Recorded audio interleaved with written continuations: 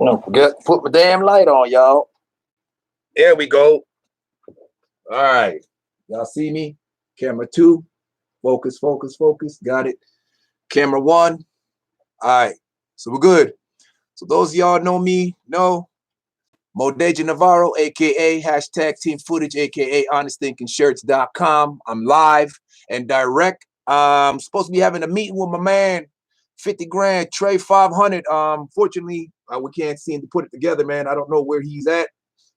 I'm waiting on him, give him a chance to kind of get in contact with me here. I got it set up so he can Skype in on me.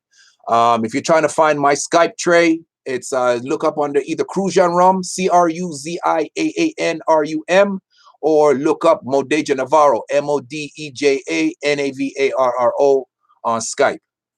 And link with me. I'm trying to get your Skype because I was going to try to reach out to you, but unfortunately, I am not able to reach out with you. On the other hand, no, we move on until we can get in touch with my man, 50 grand.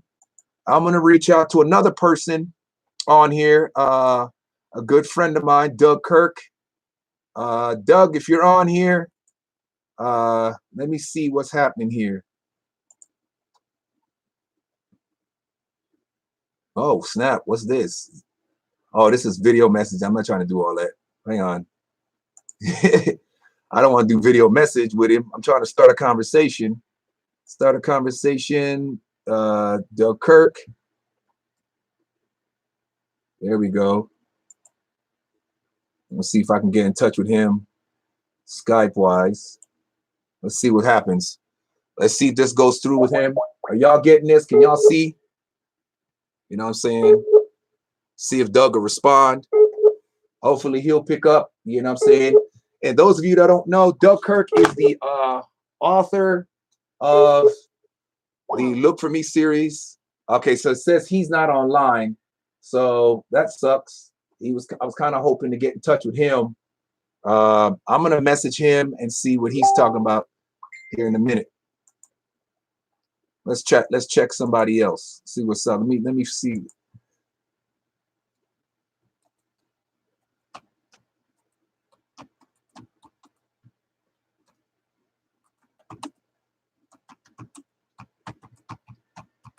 Douglas, get your butt online. The people are watching. I am live. Yeah, you know what I'm saying?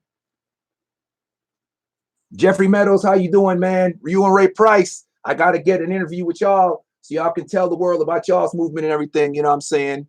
I'm very proud of what they've done, what they've accomplished. There's my man, Pinnacle Panda. Lori Marshall, how you doing, baby? I need to interview you because of the fact that you are always so supportive of people. You've been supporting people since day one. You remind me of one of our friends that have passed away, our girl Tinkerbell. Y'all know. You know, she I call her Tinkerbell. I forget her real name.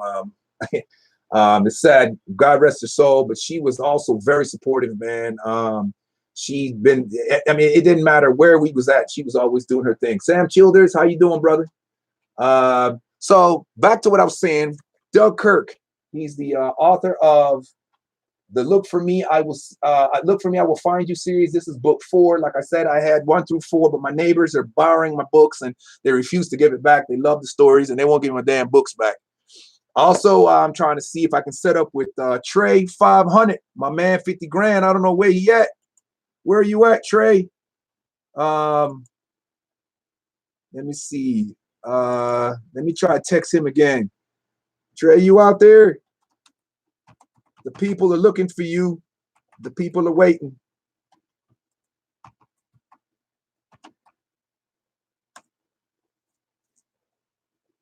So he don't seem to be online right now, but you know what I'm saying? My girl Lori said she don't have a Skype. She need to get one or something so we can get in contact so she can contact me.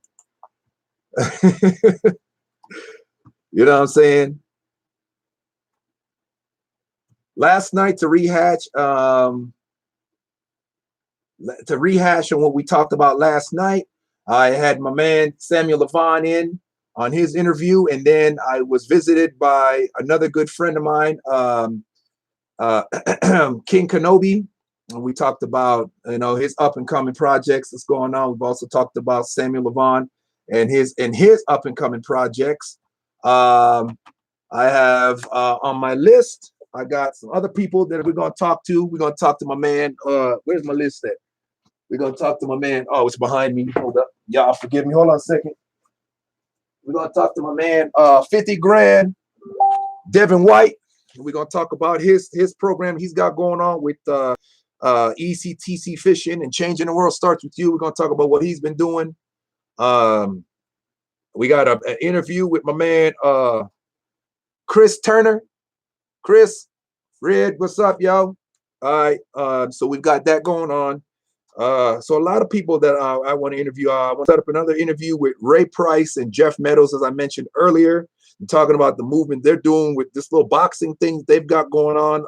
They've created this little positive little thing they've got going. So I want to help to bring awareness to that. Also, I want to shout out my man Courtney Lamont Whiteside. Courtney Whiteside, man, congratulations on your endeavors, man. I believe that he was just signed to a label.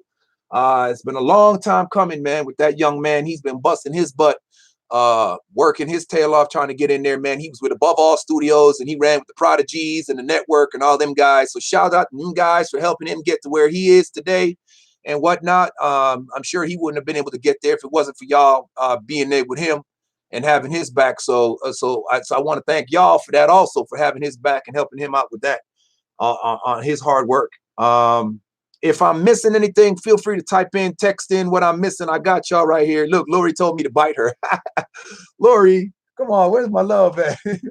Where the love at, Lori?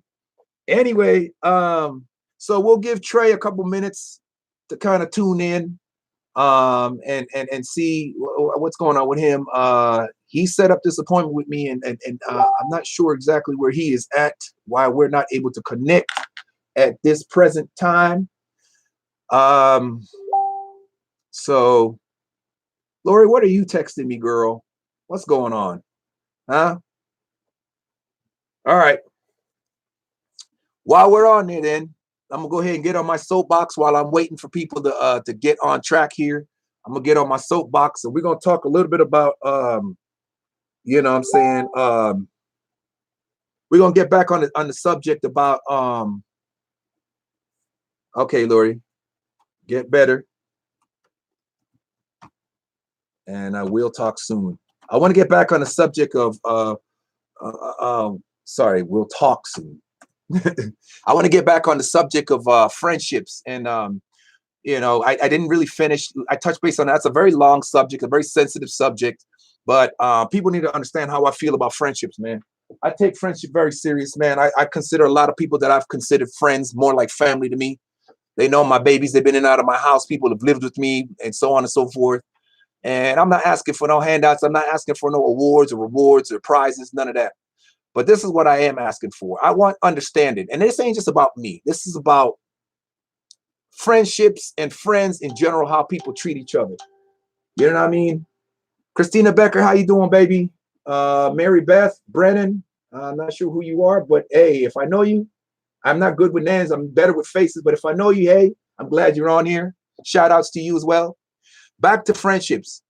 Listen, y'all, I'm not a wheelchair and I'm not nobody's crutch, man.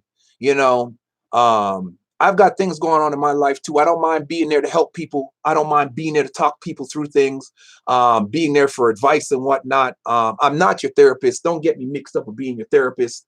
You know what I'm saying? If for some reason I'm not able to be there to cry on my shoulder, doesn't mean I stop caring about you. Doesn't mean that I turn my back on you during your worst time or whatever you're going on. People get so needy sometimes. They get so clean, they forget. They expect that you got to be there every waking moment for them. And sometimes you just can't afford to do that. And you got to come to terms with that reality and get a grip. Okay? It doesn't mean that your friend has abandoned you or turned their back on you because, you know, they don't care about you in your time of crisis. Listen. A lot of times when you're complaining about stuff, you're not going through no type of crisis. You're just going through something that you yourself won't learn a lesson from. You keep running back to the problem. It's always something going on. And when people give you advice, you don't take the advice. You don't listen. You just listen with your emotions and not your head, not your heart. And I get that. But the problem with that is then the moment of it, when the trash takes itself out, see you later, man. Good riddance. I'm not gonna sit here and cry over you. You know what I mean? If you're gonna take and misunderstand and misrepresent what my friendship is after what I've been for y'all as friends, then you're right. You're absolutely right. You do not need me. Fuck the other way around. You don't need me in your life. I'm gone. Like I keep telling people, if I'm the problem, that's one less problem you got to worry about.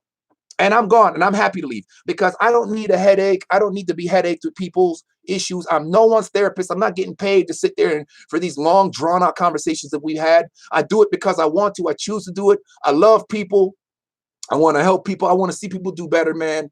But a lot of times when I'm helping you, I'm taking on your demons. I'm taking on your burden. And then that shit wears me out with the anxiety and stuff I'm dealing with, all the stuff with my turning stomach, flipping heartbeats and all this and that. I got to deal with all that stuff, man. Come on, cut me some slack too. You know what I'm saying? These one-sided friendships, man, have got to stop. You know what I'm saying? And I just listen. I love people. People know I'm not ever saying that I've never had my falling outs with people. You know what I'm saying? Hey, Devin White, Mike Falone, how you doing? I just never. And I'm not saying that I'm Mr. Perfect or anything of that nature. But look, man, the thing is people got to stop being so full of themselves, man, and start considering others while people have considered them. You know what I mean? Or consider others as others have considered them, is what I meant to say. You know what I mean? Understand that, look, life does not revolve around you. You know what I mean? Everybody goes through that time. Everybody goes through their bad moments, and they really need somebody. And and sometimes you just really do need somebody. But damn, all the time, every 5 minutes, every week, every time I'm not sitting by the phone waiting for you to call me so I could talk, your head off, or you talk my head off all day long. I'm just not. I've got other people. I got little people that rely on me. And if I don't move around, they don't eat, or they don't have what they need. So just understand that. It does not mean that I don't care about you. It doesn't mean that I don't love you. It just means that I've got other things in life going on. Understand that and get that through your damn thick skull. And also, some of the problems that you're going through, you're bringing on yourself because you won't listen to shit. Every time somebody treats you like crap and abuses you and you keep running back, well, then you like that shit. So that's something you got to work on within yourself. I can't make you stop that if you're just going to keep running back and forth. That's on you. Don't blame me for that. And don't dare throw other problems that are going on in your life on me and saying that I don't care about you, that I've turned my back on you during a crisis in your life. That is a bunch of bullshit. You know better than that. Don't do that. I can't stand when people do that. I can't stand people who play the victim. You're not the victim. You caused these problems for yourself. And just because I am not readily available to you 24/7, I'm not a 7-Eleven. Okay, I'm not ready for you or readily available to you. Does not mean that I'm turned and just cut off the friendship. Cut that childish bullshit out. Grow the fuck up. Grow some balls. Deal with your own problems sometimes. That's how you gonna get through them. You know what I mean? You gotta face the shit. You gotta face the shit. An alcoholic, you can want them to stop all you want until your eyes fall out of your head and your head blows up. If they don't want to quit and they don't see that what they're doing is a problem, they're never, ever going to change. So I'm through with that. Don't come at me with that bullshit. There's a very simple solution. Like I said, A, I love it when the trash takes itself out. B, if I'm the problem, that's one last problem you got to ever in your life worry about. And C, like I said before, see you later. See you later. I don't need to be that burden for you. See you later. And I'm sure we'll both be better off for it, because I don't need to take on your demons. I don't need to be headaching over your problems and what you're dealing with. And then you don't even appreciate when I am there for you and everything like that. Listen, my life does not revolve around you. Okay? Get it through your thick skull. If that's what you think friendship is, then you need to look in the mirror. You need to redefine and rediscover the true definition of friendships. Okay? And that's it. And that's all. I'm done on that subject. Next subject. I want to talk about Bill Cosby for 2 minutes. Leave that old man the fuck alone. If Bill Cosby was raping people back in the 60s and 70s with all the racism shit going on, listen, Martin Luther King, like I said before on an earlier soapbox, got killed for preaching love. Who the fuck was Bill Cosby? He was raping all these white women all over the place and all this and that, and nobody said nothing then. He was that dangerous. So if he's that dangerous then, and he's 90 now, you don't think with all the money he got, he ain't got people that can take you off the map still, as long as he's got breath? Listen, stop fucking lying. The man is 90. Leave him the fuck alone. Leave him alone. If you got raped, I hate to hear it. I'm sorry for that, man. But I think that a lot of the problem is a lot of these people are trying to be opportunists, trying to get money, trying to get a name, trying to get a little 5 minutes of fame, and everybody, whoa, it's me. You're making it hard on people that are real victims. People like me won't believe a real victim because you want to sit there and act like a damn victim. We fall for your bullshit, then somebody really gets raped. Now the wolf has been cried too many times, and now we don't give a fuck. You done got raped. Oh, well, we're tired. There's too much other shit going on in this crazy nutso world, man, that people, we don't need. God damn, people will do anything. It used to be, what would you do for a Klondike bar? Now it's, what would you do for attention? Everybody needs attention. Get the fuck out of here with that, man. Real talk. Cut that shit the fuck out. You let that man live to be 100 years old, and now you want to attack him when he's 100? Man, let that shit go. It's over. 50 years ago, you done got raped. Well, guess what, bitch? You done got raped. I'm sorry, man. But that's the thing about it. Listen, I don't give a good goddamn. I'm like this. You rape my wife and I come at you and you got goons, I can get guns too. Come to my house. I dare you. But I'm fighting for my wife. You done rape my wife, nigga. I'm trying to see you. Well, oh, well, whatever it is, it's whatever. It's whatever. You know what I'm saying? So I think that was more than 2 minutes. I'm done now. I'm done with that. I don't want to hear another motherfucking thing. Hoes, stop your motherfucking line. Keep your goddamn story straight. One story to the next. 1 minute he forced pills down my throat. The next minute he gave pills to me. He forced a drink down my throat. He offered me a drink, and then he told me, how can a man rape you and he telling you he putting the damn kicker in the damn drink? Get your stories together, man. So if you drunk the shit and he told you he put a kicker in that motherfucker, then you wanted to be kicked and you wanted to suck some dick and get fucked. That's the problem that's going on, and people are overlooking that shit. Don't overlook the facts. Again, I'm going too far with this story, man. Leave that old man the fuck alone. He did a lot of good. If he did rape y'all, well, I mean, it's 50 years later. What the fuck you want us to do about it now? You know what I'm saying? It's either it looks like you wanted that shit. It looks like you wanted to get raped or something. I mean, come on. I don't give a flying fuck. Stop it. Stop with the bullshit. Somebody rape you, call for help. Get the help you need right then and there. I know there are some special cases, and I'm not being insensitive to those special cases. Who I'm talking to, and what I'm talking about are those people that are causing such commotion, and they're full of fucking shit. They're lying, and they're trying to ruin lives just to create an opportunity for themselves to get attention, get money, get notoriety, get all this shit, try to be some hero. Okay? Those people are fucking wrong. Because in the meanwhile, there are people that are really getting raped, there are people that are getting abducted, there's all sorts of crazy shit going on, and then we don't listen to their stories. So now their stories go unheard, and they're real victims. So that's my piece on that. What's next? And then I'll try see if I can get in touch with Doug Kirk again. So we touched on Doug's books again. Look him up, Douglas Kirk. Okay, this Douglaskirk. His books are the Look For Me I Will Find You. So it's www.lookformeiwillfindyou.com. Okay, check out the books, man, and and feel free to log into his page and become like a member or whatever he's got going on. The books are phenomenal. They're wonderful. I think that you'd be surprised. For those of you that love stories that have a sick, twisted mind fuck story, backstory to it, futuristic shit, kind of time traveling type shit. There's all kinds of amazing things going on in these stories. Check them out. Also, look Samuel Childers, aka Samuel Levon, his new track Busy. Check him out, follow him, and stream him on Spotify. Look him up on YouTube, Facebook, everything Samuel Levon. And you'll find him. Look up King Kenobi, KYNGKENOBE on Instagram, Reverb Nation, YouTube, Facebook, and so on and so forth. Please follow these guys. Check these guys out. Chris Red Turner, We're gonna shout him out here. We're gonna I shouted him out, but I'm saying we're gonna interview him here. I believe coming Saturday. So tune in on that and see his movement, follow his movement. He's another good friend of mine from years back. We go back a couple years, man. It's been a while, Chris. Salute you.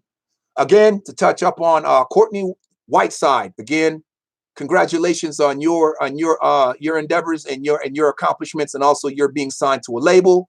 From what I'm hearing through the grapevine, I'd love to kind of chat with you on that and kind of let people become aware of that more in the circle and everything like that. So congrats on that. If you ain't doing anything, man, come check out the home games with the big Bevo Ballers. I call them, but the Beaver Ballers tailgate party, man. Check out my man Craig White. He's a friend of mine on my Facebook. Craig White, Kreg White, White, like the color white. Check him out. Come out, man. Celebrate the Longhorns for all you Longhorn fans out there, man. I think it's a couple $2 to get in. It's all you can eat, all you can drink, man. You watch the game. You got the games. You got everything going on out there. If usually there's a big fight going on, like a UFC fight or something, usually has those too, man. Tons of fun. I do the footage on those things, and I cover that stuff. So be sure to tune in on that as well. Show up, show love, man. Okay, so 500. I don't know where my man is at, man. I'm going to try to see if I can get in touch with Doug Kirk one more again. And then I guess that my interview slot today has become open. So hopefully if anybody has the opportunity to, so we're trying Doug Kirk. Maybe we can kind of get a hold of him. Let me see if he responds. So he's not online. I don't know why he wouldn't be online. He was just online on Facebook. So he's not online. So I don't know what the heck is going on. Let me message him and see what's going on here, because I have no idea where we were just talking to him. Lori, weren't we just talking to him? I could have swore wasn't he talking about some thing about eating or something? Lori, you were there. I don't know what's going on. Cindy Gray, how you doing, baby girl? I hope you guys liked y'all's pictures. Also, I forgot to shout out my man Lawrence Arduin, aka LA Creative Kitchens, man. He's doing this thing. Got a great barbecue sauce. He's a real chef, man. Y'all check him out. So it's Lawrence Arduin, Ardoin. He's on Facebook as well. Check him out, man. I mean, there's too many people got stuff going on, but we're gonna shout everybody out, man. I don't care how you slice it. We're going to shout everybody out. Shout outs to my girl, Lauren J. Reed. Everybody knows Lauren Reed. I don't care how you slice it. This girl's always been showing off her art, her Indian clothing line that she makes and sews herself. She's also a musician. She's an actress, a model, very good looking girl. A beautiful person inside and out, man. Prayers to you with the little skin cancer thing you've been dealing with. I hope that everything clears up. I hope that you're okay and you've been taking care of it early enough where it doesn't become anything life-threatening or serious. So that's Lauren J. Reed. Y'all check her out. She's on Facebook on everything too, man. Hit her on IG or Instagram at Lauren J. Reed. Look her up, man. Follow her, man. Show some love. George Corbin, aka Von Doom, he's out there doing his thing. We got Texana Entertainment, Texana boys out there. Above all, they're out there doing their thing. Like I mentioned earlier, we got Mingo TV, we got JC TV, we got Dominique Simone doing her thing, shouting out a bunch of people. There's a lot of movement, y'all. Everybody eat. Check out the t-shirts. I did some prototype t-shirt, front and back with a lot of people's names that I've tagged and shout out. Speffy Walker, shout outs to you. Legarius Miller, aka Marcel Livins, shout outs to you. My man 7 Militia, shout outs to you. Tre Five, we can get a hold of you. It'd be nice for the people to hear. But here it is right here, y'all. This is let me see if I can get this thing off them. So here it is, y'all. This is the shirt. It's got all the names: Devin White, Craig White, Samuel Levon, Dean Campbell, Keith Farrington, aka Chaotic, King Kenobi, Pinnacle Panda, Douglas Kirk, Lauren J. Reed, Cornian Bailey, 7 Militia, Tre Five, the Gardner Road G's, the Prodigies, the Network, Above All Entertainment, Texana, Speffy Walker, Chris Turner, Ray Price, Jeffrey Meadows, Deborah Adams, George Von Doom, Legarius Miller, aka Marcel Livins, Lori Marshall, Sherry Sullivan, Sammy Said the Chef, JC TV, Mingo TV, Dominique Simone, Courtney Lamont Whiteside, my man K.O. Kendricks, and Alan T. Starling. If I missed anybody, please let me know so I can plug y'all in on this. This is a prototype. I hope y'all like it, man. Cop one. I'm going to give the website. It's www.honestthinkingshirts.com. It's honest with one T, HONESTHINKING shirts.com. Or you can go https://honestthinkingshirts.com. Kelly Jones, how you doing? Tiffany Dixon, what's up with y'all? How y'all doing? Glad to have you on here. So there's a lot of moving parts, and we're going to get it all settled. But right now, it's a whirlwind of stuff going on. I'm excited. I hope y'all are excited. Hey, y'all want to call Trey? Let's see if he pick up. Let's see if he pick up. I wonder if he's going to pick up. I don't know what he's doing. But let's see if he pick up.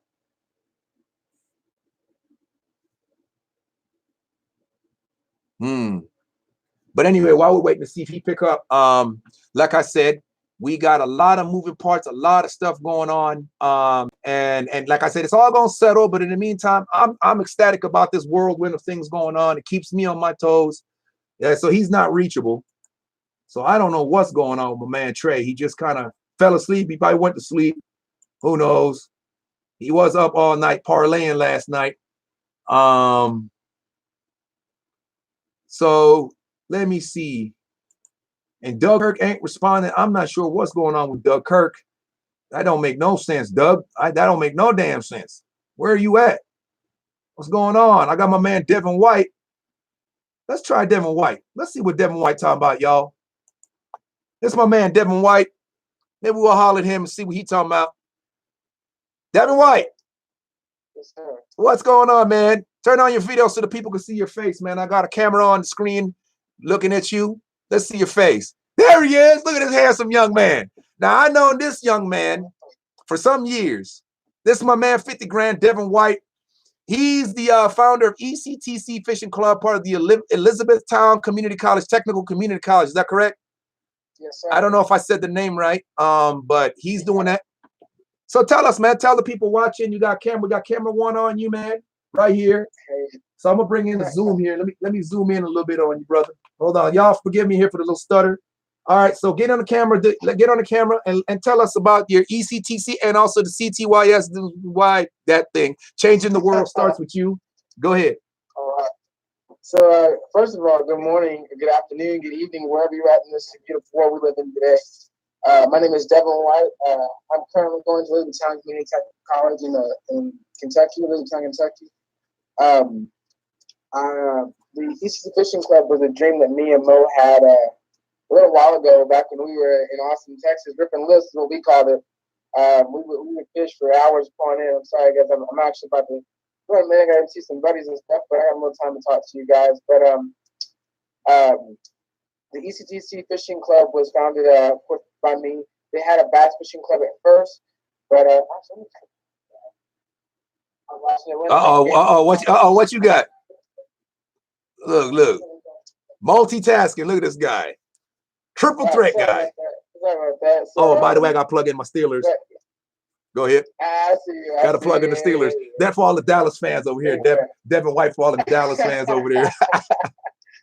So, first of all, Mo, I appreciate you having me on the show. Man, it means a lot to me. I know we used to kick it like all the time and stuff, man. So, of course, I miss y'all up in Kentucky and everything. But we're getting back to the fishing club was more than just a fishing club. I wanted people to understand that our waterways are important to us in more ways than one. I mean, I can't tell you how important. I mean, a world without water, drinkable water. I mean, there's so many different things to it. I mean, we do a lot of lake clearing. That's my main mission, is to teach people how to fish and teach them the way, of how we used to produce fish and catch fish, and teach them the ways that I was taught and passed down to me from my dad and grandparents and stuff like that.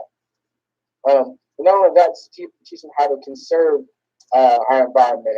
A lot of times people they either they overfish or they throw trash in the water and stuff like that, and they don't even think about it. They say it's somebody else's job to clean it up, or they'll somebody else do it. That's what the jailers are for, in a sense. But the main thing I want people to understand is that if we don't take action now, it's only going to get worse. Right. You know, I mean, just every time you throw something into the water, whether it's a battery, whether it's a chemical, you dump chemicals on a land somewhere, all that gets into our water systems and stuff like that. You know, and then eventually you're going to drink it. You know, or you don't drink it, but your kids drink it. You know, that battery that you're doing, you know, 15 years ago, thinking I'm just going to throw it in here, who cares, you know, or a quart of oil or whatever. I mean, that affect you, but it will affect your kid, you know what I'm saying? So you may see your kids suffer. Well, shit, a lot of that stuff's affecting us now. What's that? I said a lot of that stuff's starting to affect us now, slowly but surely. A lot of that stuff's getting in there. They're finding people with heart medication in their water and period particles and stuff like that from tampons and stuff. That's just nasty, bro. You know what I'm saying? Damn, wait, we're gonna run out of water to drink here soon. Yeah, it's real. It's serious. Like in some of the places, like when they have the orthos and stuff, that like I've seen videos where you have people that turn the water on, they put a lighter to it, and it catches on fire. That's crazy that you would drink something like that. And the amount of lead in the water too is ridiculous. Yeah. But we're trying to pair up. We were actually working with the Corps of Engineers, and down here at Nolan Lake, and working with them doing lake films and stuff like that. Just to start it off. I mean, we want to do the whole state eventually maybe even the whole world. There's a lot of people out there that's doing that right now. I think it's Oceans for Us. I can't remember. But I've been trying to get a hold with him. He does a lot of stuff like that, where he goes to the lakes or the oceans and picks up bottles out of the ocean, plastic bottles, and makes bracelets out of them. It's really cool. I haven't had a chance to get one yet, but I do plan on getting one to support the movement. I'm like, you know, so we all need to eat on this. You know what I mean? There's people out there that have the same ideas as you. We shouldn't have to reinvent the wheel to make things better. You know. Absolutely. But that's just part of the fishing club and stuff goes. So we're doing stuff in the community. To me, community is everything. If you don't have community, you don't have a college, or you just have a college, and nobody really wants a college. You know, you got to have a community base. So as far as changing the world starts with you goes, another thing I started up 2010ish. I mean, seeing everything that was happening back in 2010, really much hasn't changed yet, and it's sad that it hasn't. But of course, whenever you're looking for change, you can't expect dramatic change all at one time. You know, change like that happens over a time period. You know, right? Not to throw slavery, for example, but slavery didn't just stop. In 1 year. It took a long time for that to happen. But now we look at it now, we can say back then it was bad. Of course it's bad. It was bad now, but it's better than what it was. So that's just how I feel about that. I started changing the world with you because I needed people to understand that it's a self thing. Like you have to work on it yourself. You can't sit back and watch and say, "Well, I'm not like that because I don't view them that way." But if you don't help out a situation, that is the cause of it. Exactly. Like they call it the Good Samaritan Act. I'm a former business major, so I'll be graduating hopefully next summer with my associates, and then going to get my bachelor's and so on and so on. But if you don't stop and help out a victim in distress, you can get charged for the same crime. We need to have that as a global standard. If we don't do something to help our brother out, whether white, black, Mexican, whatever, if we see they're in need and we don't help them out, then that's our fault. Right. And in a time when we have to take ourselves out of the context of it. So just because I'm black, do I believe that all Black Lives Matter, or do I Black Lives Matter, or just the movement in itself? Not necessarily. Because in some cases, when we see video where a cop tells a black person or somebody to do something and they don't do it and they end up getting shot, well, I mean, what do you expect? I mean, it's my life on the line too. You know what I'm saying? So I'm according to Major Shaw, I'm pursuing a career in information skills, and I actually did a training that was really cool. It really brought my eyes into what cops deal with. I mean, we can sit behind a computer or a phone and say, "Oh man, that cop is wrong. That cop is wrong. They should have shot that guy. They didn't even have a gun." Well, at the sense of that, I don't know if you have a gun. If I tell you keep your hand in your pocket, you're making me nervous. Why are you going in your pocket for? I've already asked you for your ID. I've already asked you for the vacation. So if you don't follow those steps, and I'm not saying that all cops are good. I'm not saying all cops are bad. But what I am saying is this, okay? Cops are people, and people are good and bad, okay? So I'm going to leave that at that. But as far as the Changing the World page, please follow it. Check it out. I just start posting a little bit more. There's a ton of information on there about what we do. My goal is to get people talking. This exact same thing right here is what we're doing. We want to incorporate people from all different realms of the world and talk about problems that they're having and figure it out. I mean, a lot of the time that we have the discrimination and the misunderstandings of people is because we don't talk. Like if I have a problem with you, Mo, and I don't say anything about it, but every time you come around, I'm just like, I'm from this dude, man. I tell you what, you'd be like, what did I do? Like, you have no reason to be mad at me if you don't tell me. Right. And a lot of it's either it's passed down from generation to generation, or self-taught, or the media shows something on the news about X, Y, and Z, or Donald Trump, or police shootings, or whatever the case is. Or right now, it's just whatever it is. Right. The problem is we have to talk to one another. We're our brothers' keepers. So if we don't talk to one another, how do they expect us to understand what they're going through? Absolutely. If I got a hurt leg and we're about to run a race, and I'm your what's it called, where you tie your legs together and stuff like that? Bondage. What's it called? Bondage or something? Yeah. You tie your leg together and you hop, whatever. I know. Yeah. If my leg is hurt, if my leg is hurt and I don't tell you that, and we're running this race and you're mad at me for something, I'm like, well, I can't keep up with you because of something that happened to me in the past. Yeah. So, and let that set in for a second, okay? And I want you guys to simmer on that.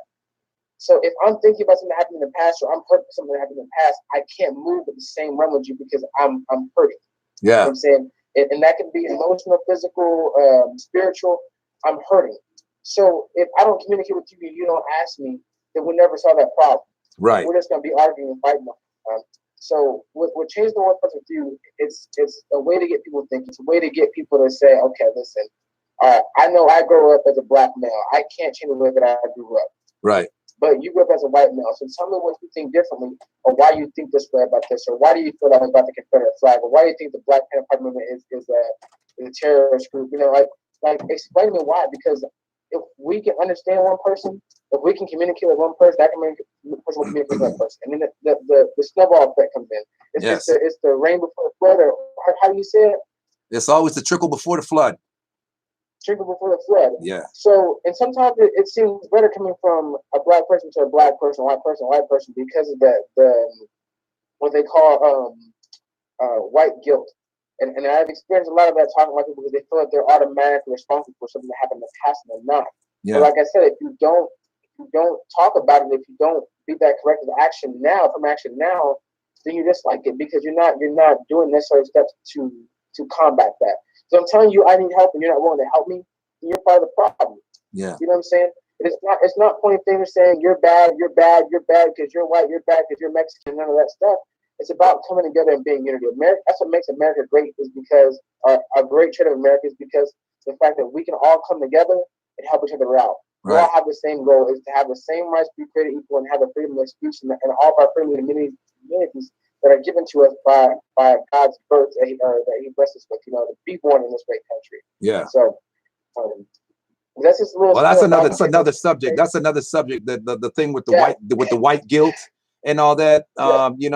It's the white guilt and the black expectation is what I call it. The black people on that side expect that, after all you did to us, you owe us this. I think we need to get over that and just accept that, listen, man, it was a fucked up thing we went through, but for us to move forward, we're gonna have to bite down on that and let that ride. And white folk have to get over that they're entitled to everything.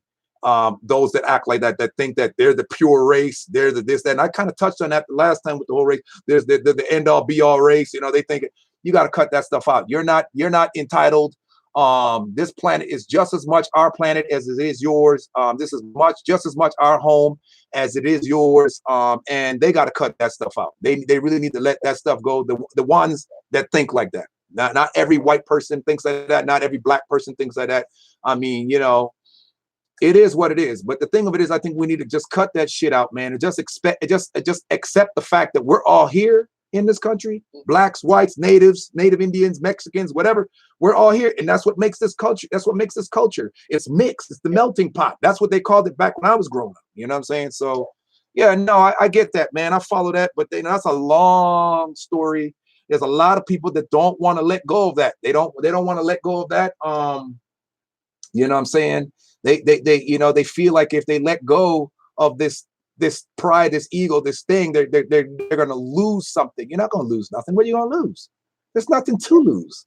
It's a country. It's a society where we all live here. We can all benefit from it, and we can all move forward in a positive way on it. And it doesn't have to be, well, if we don't own it, then it's just gonna be all screwed up. If we let it go, they're gonna all ruin it. No, that's not what's gonna happen. I think a lot of it has to do with this four-letter word, not call love, but call fear.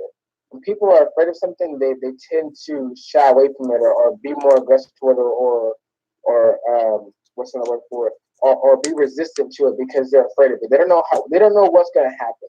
Well, let's And that's the let's thing. address that fear real quick. What are we afraid of? You can't say you're afraid of black people. You might just be afraid of what you did to black people, that it might come back on you. Now, what are we afraid of? But like I said, I know a lot of white people that aren't afraid of black people like that, because they're like, look, man, I didn't do that. I'm cool with black people. I got black friends. I got black family. Shit, my girlfriend's black. My kids are half black. And you know them white people. And they ain't walking around like they're scared. They're chilling just like they're in and out of the hood like everybody else. So it just depends on See, what are that's you one of the afraid things of? that we have to, as a whole culture, Mm-hmm. is accept, because of that not everybody's the same as that. Nobody had the same experience as that. I mean, there's all people say, left or right. We've all had our far spectrums of where there's bad blacks and bad whites. I mean, you have to take that in consideration. But the thing that gets me is that they take the bad blacks and they represent the whole black community. When you have bad whites in the same thing. I mean, I just wrote a paper about this exact same topic. My comments about it. It was 10 pages, so I had to do a lot of research and stuff about it. But the crimes are similarly equal. I mean, they use these global stats to compare us to. I mean, we're minorities in this whole race right now. We're minorities, so minorities is small compared to the majority of the population, which is white. So you're telling me that blacks commit the same amount of crime as white people do?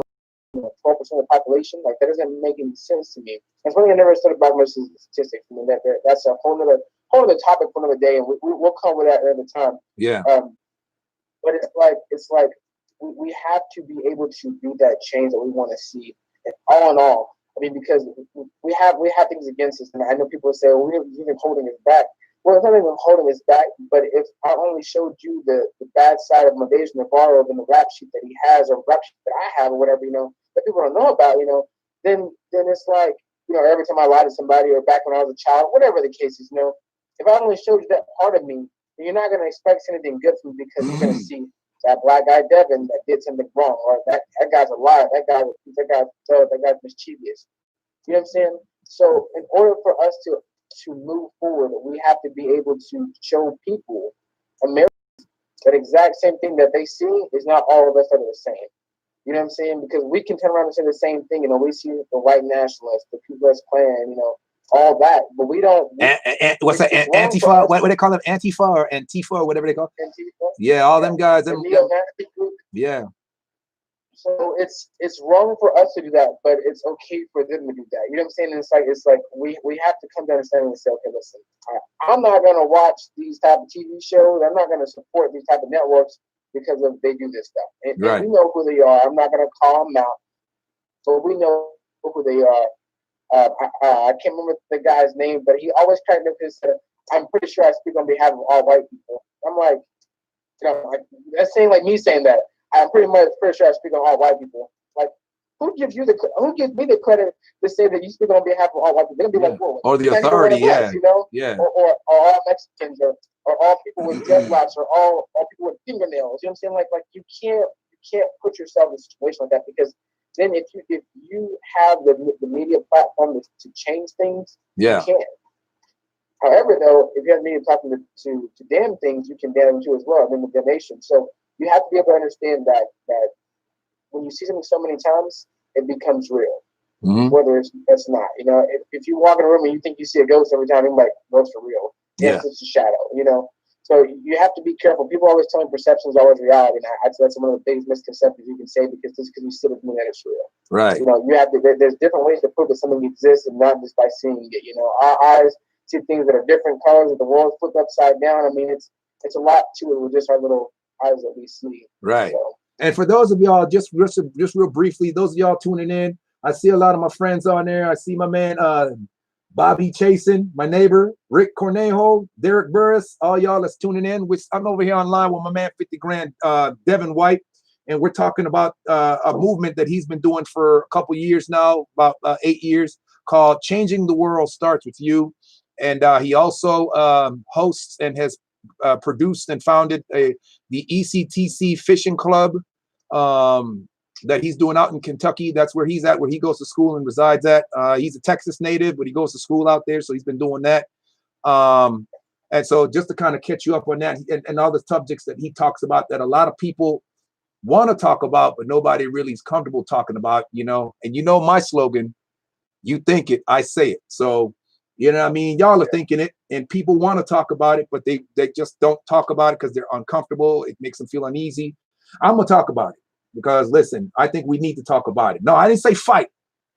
I said talk. Let's talk about it. Argue. Not argue. Well, you can argue. Arguing is good. People give the wrong misconception that arguing is bad. No, arguing is only bad when the other person doesn't want to hear your side of the story. Then it becomes, then it's not, it's a screaming contest. But in an argument, the real definition of argument is two different points of view, and you come together with something in the middle.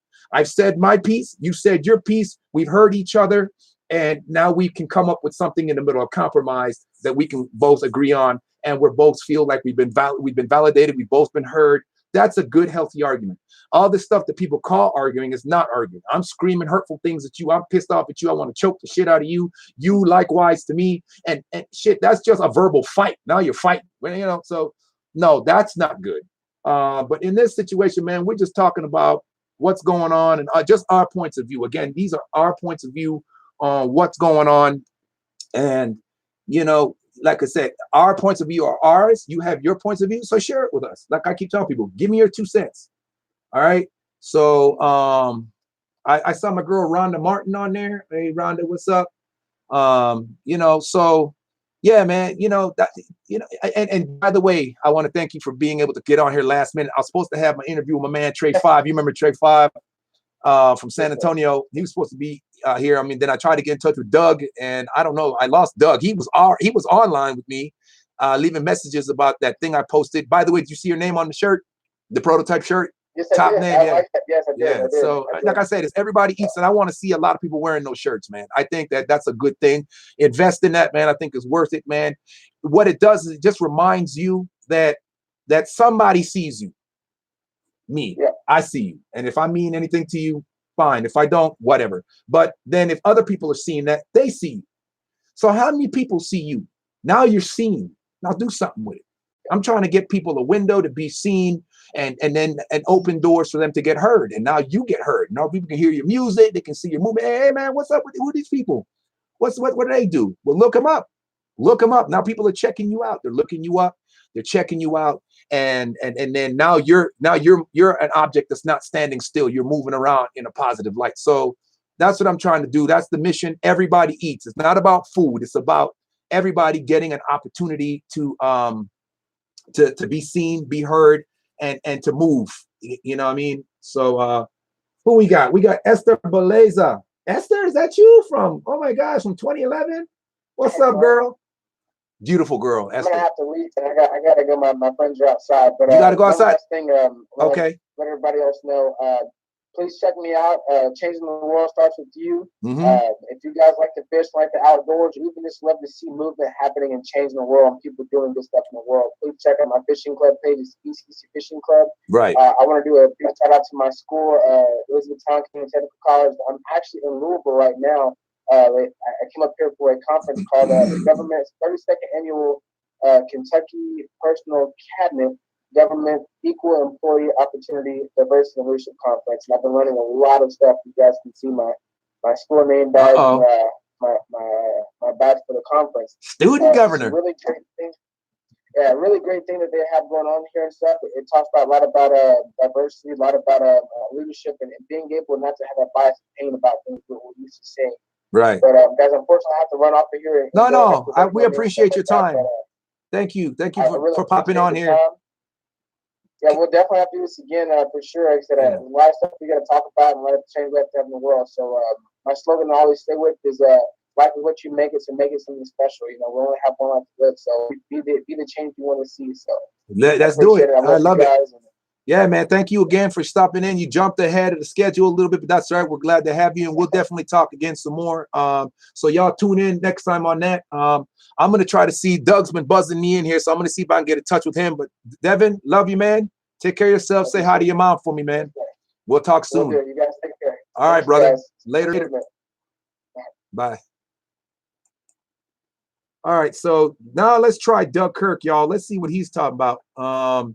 He hit me up, so I'm going to check him out. he just left a message, I believe. So I'm gonna start a conversation with Doug Kirk. Let's see what's happening. Here he is. Let me see. I'm gonna try him again and see what's up. And he better answer this time or I'm done. I don't know what's going on with him and all that.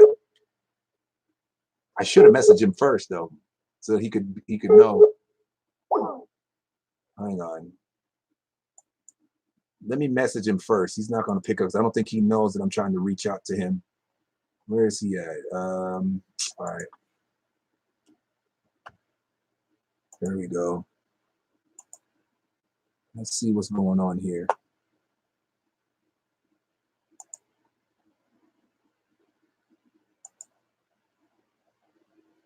So I'm gonna message him and see what he's talking about.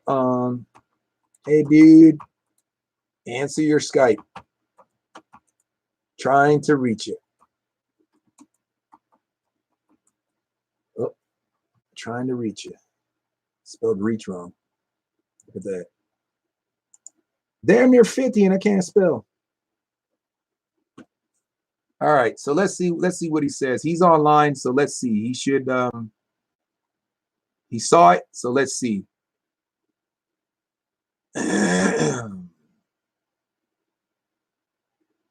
Answer your Skype.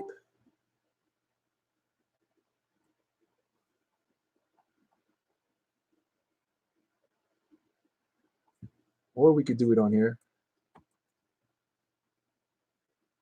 Damn, I can't spell for nothing today, man.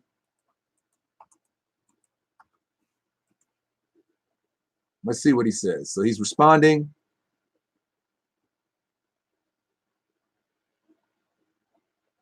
And again, y'all, this is Doug Kirk.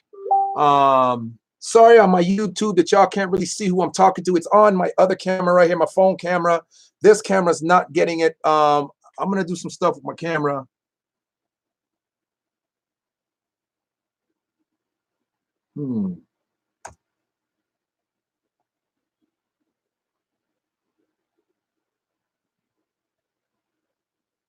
I'll try again, see what happens. So he's trying to get through. So let's see. Let me see what's going on here. I don't know what the heck is going on here with this Skype. So he's saying that his Skype is set up, but it's not going through.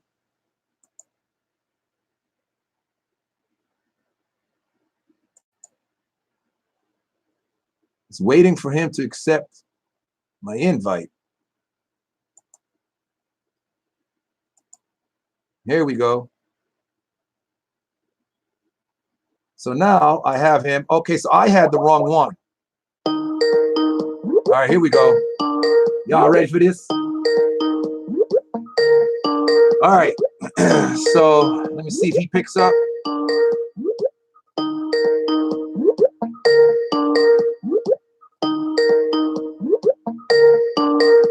You gonna pick up?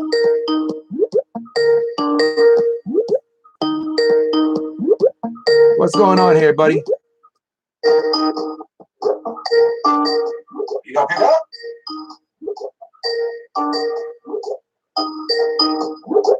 What's going on here, buddy? I don't know what happened. Hey, dude. Answer your Skype. I'm all texting all crazy.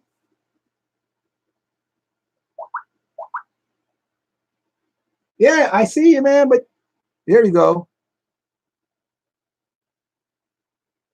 Now you're messing.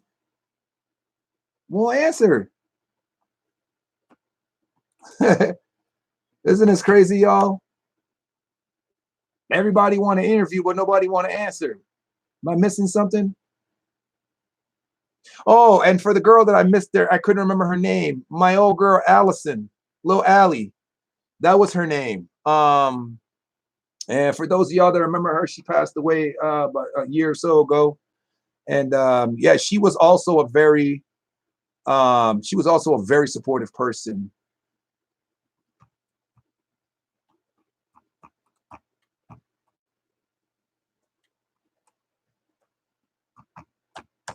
All right, let's see what he says. Okay, so yeah, she was also a very supportive person, and you know, God rest her soul. I hope she's much better where she's at. But she was very supportive. She was at every event. That girl. Oh, so I got Doug calling me on my phone. Hang on, Doug Kirk, what's going on? Yes, sir. I'm trying to talk to you, but it's not working. All right, forget it. I'll hang up here. I'll do it on Facebook. We'll just video chat on Facebook like I did Devin. I don't know how to do that. I'll video chat you and you just answer. I'll call you. Come on, the people are watching. Bye. Okay. All right, bye. Bye. Okay, y'all. Bear with me here. All right, so I'm back. What's happening? So I don't know. The Skype thing is not working for my man Doug. I have no idea what's going on with it. So I'm gonna go ahead and try to video message Doug and see what happens here, y'all. So bear with me. Hey Tessa, what's up, girl? You just missed it. I was talking to our boy Devin. So let's see what happens here. I'm on the phone, my man Doug Kirk here. Supposed to be talking to my man Tre 500. I don't know what happened. I don't know what's going on with him, why I have not been able to reach him or contact him. So I guess we'll figure that out. I don't know what's going on with him, why I have not been able to reach him Doug Kirk or contact him. So I guess we'll figure that out. What's going on with him, why I have not been able to reach Doug Kirk or contact him. Yeah, can you hear me? Yeah, I also hear my stuff repeating. Click the little camera button.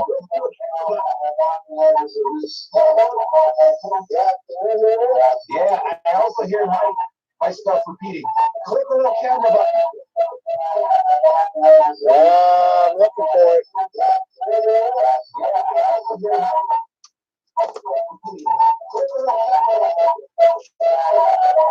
There's a lot of feedback too.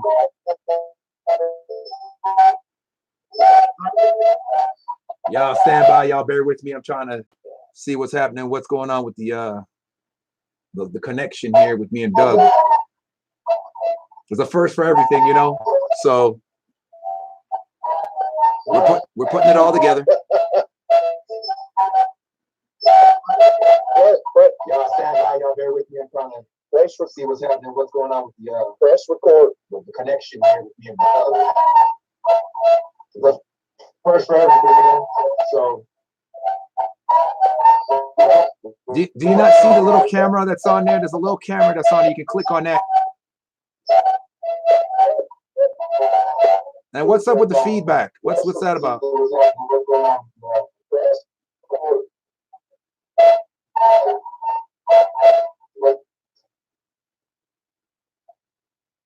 You want to try calling me and see what happens? That's on there. There's a little camera that's on. No, I did click on that. Nothing's happening. All right, try calling me. Try calling me, and I'll try the Skype again. Try the Skype. All right, I'll try the Skype again.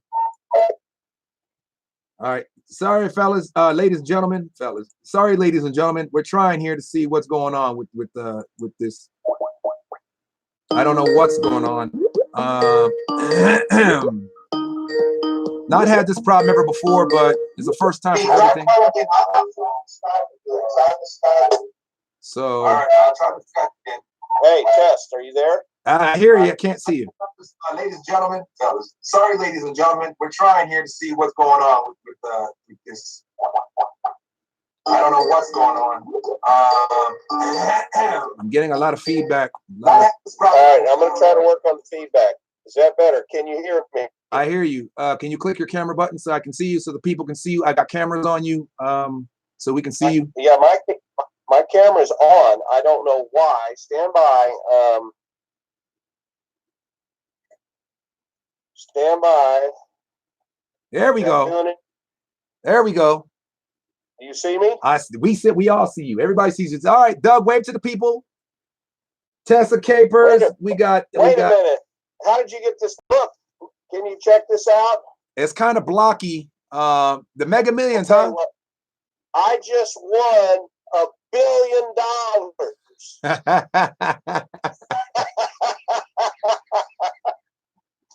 If you won $1 billion, man, we'd be at the hospital down there in Canyon Lake resuscitating you. Well, that's been the problem. You see, I just won the billion, but I don't know how to go collect it. Right. Look at this. It says right here, it says $904,900,000 cash option. So you want to go with me to pick this up? Because Hey, I'm ready to start spending it. Man, if that shit was real, bro, we would be down there. I would run to Canyon Lake, dude. I need the cardio anyway. So anyway, I'm just joined here with my man Doug Kirk. We finally got the connection together. This is Doug Kirk, the my esteemed colleague and writer of the book Look for Me. I've been showing it left and right. I only have book 4. He already knows. My neighbors refuse to give it back. They've been passing it back and forth. I let one neighbor, then she let her mom read. They've read, now her neighbor's reading. The books are all over the place. So I can't be mad at them. They're being practical. They're being smart. Instead of paying for the books, they hey, you're finished? Hey, let me read it. So how can you be mad with that? But anyway, so Doug, introduce yourself and tell the people how to contact you and what it is that you are about. What do you do? Go. Well, first of all, I want to know how you got this number. That's a little running joke that Mo and I have had for a while. You know, he'll call me up and I'll say, "How'd you get this number?" And how'd you get this number? Who's this? One of these days when we're both rich and famous, we're going to keep using that, you know. Butt naked in Tahiti somewhere. Hello? We'll be sitting on the beach, you know, and somebody will bring us a drink with that umbrella in it. And I'll say, "How'd you get this number? Where are you at?" Mo, I thought you quit drinking. Tahiti, you know, it's not the same thing. So no, I'm not gonna plug my books. You've been doing that. Hey, I just finished book number 9. Can you believe that? Man. Book number 9. So this is the 9th book anniversary? Well, about 3 days ago. So yeah. And I'm really stoked about it because the story continues. It just gets better and better. By the way, Cornian Bailey's just chimed in. You remember Cornian? He asked, "Is that the main man? Are you the main man?" No, you're the main man. I'm the main man, Ed. No. Who's that beautiful blonde behind you? Is that Lexi Knight? She's kind of a celebrity. One of the photos that you and I shot. You were with me on that shoot, remember? Oh, that's right. Yeah, way back out there, man. At your buddy's ranch out there. And those old collectible cars. Yeah, that was a 1933 delivery van. Mm-hmm. And he let us use that. We went and set up and had a good session. And we made a poster out of that particular photo. Yes, very nice photo there. So go on, tell the people about yourself and kind of what a little bit of your beginnings, how it all came to be with the book writing and the film and stuff. And you've been around for some time, so. The beginning is my mom and dad got together. Oh, Lord God! You know, it was a cold night. Cut the college years. Night in Alaska. Let's jump to the college years. By the time you're done, these young people, gonna be your damn age by then. I was born in Anchorage, Alaska, and I'm not dead yet. That's my bio. That's the bio. Is that what you're sticking with? That's it. You know, when I'm dead, I'll come back and speak with you and let you know that I died. So let's talk a little bit more about this book. Look for Me, I Will Find You. I know I've been kind of broadcasting it around a little bit, but now to hear it from the horse's mouth, let's talk about this a little bit. The people want to know. I know women want to know, what's this love story about? You know, it's kind of a sick, twisted love story, mind fuck, wonderful thing, all these emotions all at once. So I kind of want the people, the viewers, and my phone keeps chiming and ringing, man. People have been clicking in all over the place. And so go. Well, you know, it's funny that we're talking tonight because October 24th, 2008 is when we first had the first encounter in a local cemetery. And it was as a result of that encounter that I came up with the idea for the book series. Mm-hmm. And the encounter, you can actually go to Monkey Doodle Cartel, which is my YouTube channel, and you can see the videotape that we made relative to that encounter. And this is where somebody I was working with as a model actually sensed an entity in the cemetery. And, you know, I'm a skeptic. I didn't see anything. I didn't feel anything. But as a result of that encounter, when I was packing up my stuff, you know, photographers, they like to pack up their own stuff. They don't want any help. They, you know, people say, hey, can I help you? And you say, no, no, no, I want to put my stuff. This item goes in that pocket. That item goes in that pocket. So while I was doing that, this lady, she pointed her flashlight at the cemetery and she said, you know, Doug, these people aren't dead. And I thought, okay, that's pretty interesting. What do you mean by that? And she said, these grave markers only represent one of their many lives. And I thought, wow, that's interesting. I went home that night, October 24, 2008, and I sat down and I wrote about 2 pages of notes for an idea that eventually became the Look For Me series. And then I wrote 4 books, what I call season 1, based upon that idea. And then a year or 2 went by, and then I wrote 4 more books, which I call season 2. And season 2 was more of the historically accurate stuff relative to what we think was a tragic murder that took place on September 5th, 1899. Right. Now, season 1 doesn't address that. Season 2 does. And then season 3, which book 9 and whatever I'm going to write after that, is going to be another departure. So it's another trip into the paranormal. Right. This whole thing is kind of a psychological, spiritual thriller. And when you start reading it, Mo, I know you were telling me, man, you get to the end of a chapter and say, boy, that was a roller coaster. Yeah. It was up and down, up and down. And when you're in book number what, 4, 3, Yeah, 4? I 4. can't remember. Book 4. Book 4. Yeah. So, you know, as the series goes on, I think you can attest it gets better and better. Is that what you would say? Absolutely. And it does get better and better. I mean, it got to the point where me dealing with my anxiety, remember, I had to tone it down a little because my anxiety was acting up, you know what I mean? Because I wasn't understanding, but as I began to understand, my anxiety began to be at ease. So, and I'm able to really enjoy these books once I begin to learn a different perspective on what people perceive death to be, if you will.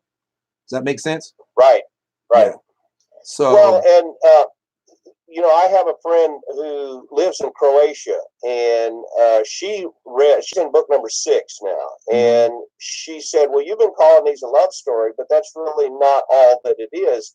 It's actually a spiritual journey. And by that, she means it kind of expands your possibilities, your ideas of what life is, what death is. And it's done in such a way that it's an entertaining ride, you know, and I'm not preaching at you. I'm not sitting there saying, oh, this is the way it is. No, I'm giving you some fictional characters who are learning over the course of the story. They're learning different things, different possibilities. right. So that makes it a fun read. And the thing that we hear so much from readers, once they get started, they say, man, I can't put it down. That's just like you know, you've lost your books, you know, the neighbors took it and you can't get them back because, you know, they don't want to part with them once they started, once they get hooked, you know, which to me as a writer is a wonderful thing to hear. Yeah. You know, it's just great when people say that to me. True. And it's, I mean, they're really that good. And you know, to talk about it is one thing, and to hear it coming from your mouth as the author, you know, it's like, well, yeah, you're supposed to say that because they're your books. But when I see it happening in person, and I'm like, I have my own books that you've gifted to me, and now I can't even ask, you know, it's kind of like when you loan someone something and then you got to borrow it back, you know, kind of like, hey, can I borrow my own books back? It's that. But, you know, like you said, you know, my goal is listen, the books are that good. I'm trying to get people to the stores, man. And how can we get people to the stores to buy these books and see for themselves? It's one thing to loan a book out and then it gets passed around the neighborhood, but nobody's coming to the store. So that's my goal. And that's why I've had this interview with you, because I want people to see you and kind of get to know you as a person a bit, kind of get familiar and acquainted with you.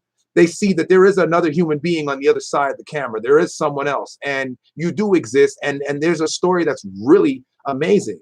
And that the person that you've taken photos of behind you does exist. There are a lot of people that know of my friend Lexi Knight, and you know, both our friends. She has a lot of friends in town. So if you know Lexi Knight, we're shouting her out. That's a plug right there. Lexi.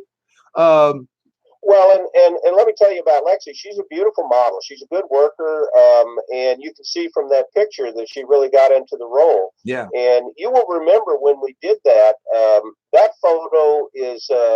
You look at, and it's hard to see an image here, but it looks like it's at night. Yeah. But it's not. That was done in the daytime. That was broad daylight, man. Bright sunny day too. And so, you know, it was a struggle to get that image, but you know, she was a good worker. You were a good worker. You know, the whole crew, everybody was great. You know, as you know from having been on my photo shoots, that it's all about the craft. It's all about the art. Yep.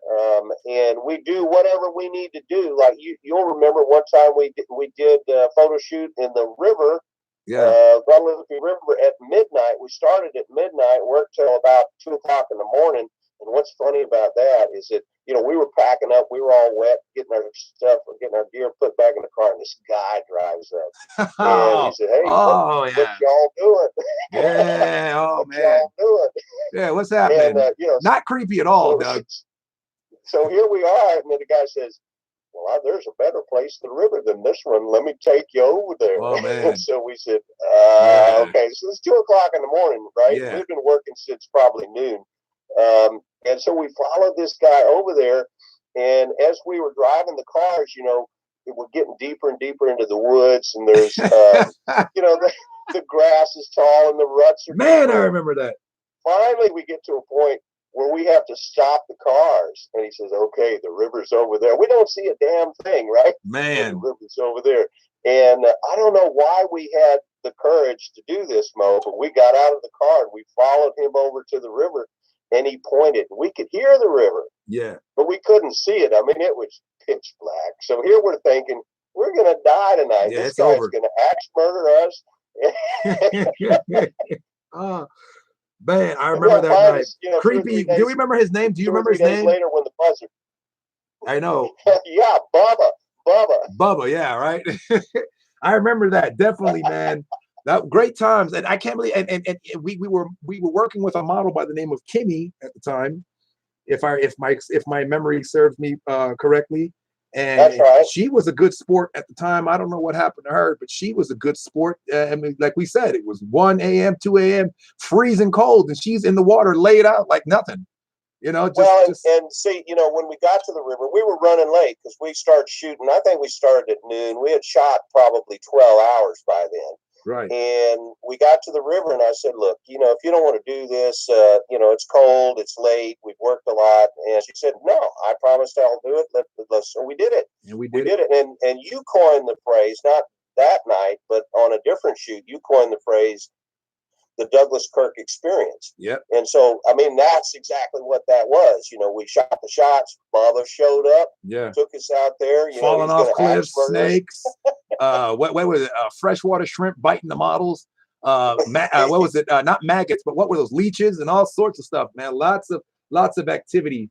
I got my girl Erica Michaud. What's up, Erica? Long time. One time, one of the models, a snake wrapped around her foot.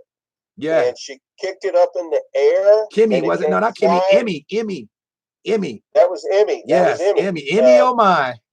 And so the snake goes flying through the air toward me. Yeah. And I'm thinking, wait a minute, you know, if that snake touches me, the only thing you're going to see here is a shadow. We had another guy. We had another guy get down to his skivvies at the shoot, trying to help. And we didn't. Hey, you're the help, but what does that have to do with you getting down to your skivvies? So we got Alan T. Starlin on the line. He's a friend of mine, also Doug. He's kind of been watching our movement. Him and I go back many years. He's from the East Coast, like myself. We call Jersey Allen. He's also tuned in. So shout him out. He's with A-Star Car Audio Install, the guy I was telling you about. I think I kind of briefly told you about him. So I don't know. He's on there. So there's been a lot of people tuning in on this movement, Doug. And again, the purpose of all this is I'm doing the Everybody Eats movement. You and I talked many years, many months, talking about how can we get notoriety, bring awareness to our cause and our movement. The Douglas Kirk experience, for example, that was something that I'd like to continue with you, because that was a beautiful thing. I'd like to start getting some of that footage out. I don't have any of that footage. You would have all that footage, but if we can kind of start putting together little tidbits of that of the experience, so people can kind of see that modeling isn't what they think it is. There's a lot to go into modeling, hair and makeup, being freezing cold, up early, good sunlight and stuff like that. If you're not using artificial lighting, so slipping and falling over. Oh, you weren't there for that one, but slipping and falling over a rock, getting all skinned up, hitting the water. I fell off the cliff, the first one, you remember, with the camera, and I had the lens on, so we didn't get the footage. The camera was on, but I had the lens cover on. Yeah. That would have been great footage. That's where you said this is an experience. Yes. That's the thing that caused you to create that. One time we had the cameras going. There was a car accident in the background. Yes, that was with you Kimmy. were not on that shoot either, but right. I mean, as you coined, as you said, this whole thing's an experience. Every time there's something different going on. And that keeps it real. It keeps it fun. And at some point, we'll edit all of those. We've got about 10 of those that we're going to edit together and call it the Douglas Kirk Experience. Absolutely. Based on your idea. Absolutely. So now you ask the question, and since I'm training myself to be a witness in court, I didn't answer your question. I talked about everything but the answer to your question. Your question was, so you don't even remember it now. What? The thing that got you started? Your question was, where can you get the books? Yes. So in Austin, you can go to the bookstore called Book People. That's downtown. And you can go there and you can request it, and they have copies that you can get there. If you don't want to do that, you can go to my website. And my website is real easy to remember, but it's long. It's www.lookformeiwillfindyou.com. Yes. Lookformeiwillfindyou.com. You can go there, and what's fun about the website is you have a tremendous amount of background information, photos, the movies that we're trying to make. You can make comments. If you have a psychological problem, you can even ask, and I'll answer your question, like a Dear Abby sort of thing. I used to write something like that. It was Dear Doug for the newspaper back in the college where I went to school. So you can do that. There's just all kinds of fun stuff. And that website was created for us by Rob Dunn. Yes, sir. And Rob Dunn. Rob he's a dear friend. He lives in Korea. We have never met, but he's been just as solid as they can be. He's created this beautiful website. And just to make him feel better, we need to generate some sales. Yes, yes, absolutely. So that he'll see that website getting used. Yes, absolutely. I definitely need to shout him out. Rob Dunn is the guy that's helped me to stream my website as far as with WooCommerce and everything. I built the website, designed the site, and then he helped me to integrate it with WooCommerce and get it all up and running. He's so he's a great help. This guy is a wonderful guy, man. American guy out in Korea with his family, his wife and kids. His daughter's been going through some stuff with some severe pain. I forget what they called that thing that she was dealing with, that severe, where she just has severe pain for no reason. The body just hurts. She's had to have surgeries for that, some kind of nerve issue. So prayers and stuff go out to his family and stuff like that. Also, the thing we've been talking about, the people have been seeing, you haven't been really, have you been checking the Facebook tags and everything, the Instagrams and whatnot, your creep tail stuff? Yeah. Let's talk about your creep tail stuff some. You want to touch on that? Well, yeah, we can. Creep Tales is a series of short stories that we are trying to turn into feature-length motion pictures. There's a total of 45 stories, which is enough to make 3 motion pictures. And we've gotten together a few times. We've done some table reads, trying to see how these stories play, trying to see how some of the potential actors sound. Right. That was really interesting to me to see who would be good at what. And then as a result of that, we shot Call Me When You Wake Up. Call Me When You Wake Up is one of the stories. We already shot it. It's on YouTube. So you go to Monkey Doodle Cartel, which is, I always tell people, if you're a cartel, you might as well admit it. So that's why I named it Monkey Doodle Cartel. So you go to Monkey Doodle Cartel, and then you can find the Creep Tales stories that we've done. We've only done that one that I've released. We did another one, but we haven't released it yet. And then we've got a couple table reads there. The whole goal with Creep Tales is to develop some friendships with some actors and some crew people, so that as the money starts to flow, we can not only do those movies, but eventually we can do the Look For Me movies. which is going to be a major project. I mean, we're talking about, we estimated to do the first 4 movies, we're talking $100 million. And I mean, that's a staggering figure. But you know, that's what we're looking at. That's what it's going to take. Because Look for Me is one of these films where the sets are, one example. Here's a 1870 immigration ship coming from Ireland to the United States. Well, we've got to create that. You know, you've got to have the scenery on the deck. You've got to have, and you can't do that with models totally. I mean, you got to put up some real sailing vessels, right? And that sort of stuff. And we have scenes in Pennsylvania coal mines, and we have scenes in 1898 New York City, and we have 1950s Hollywood. We have 1932 Dust Bowl era, North Texas.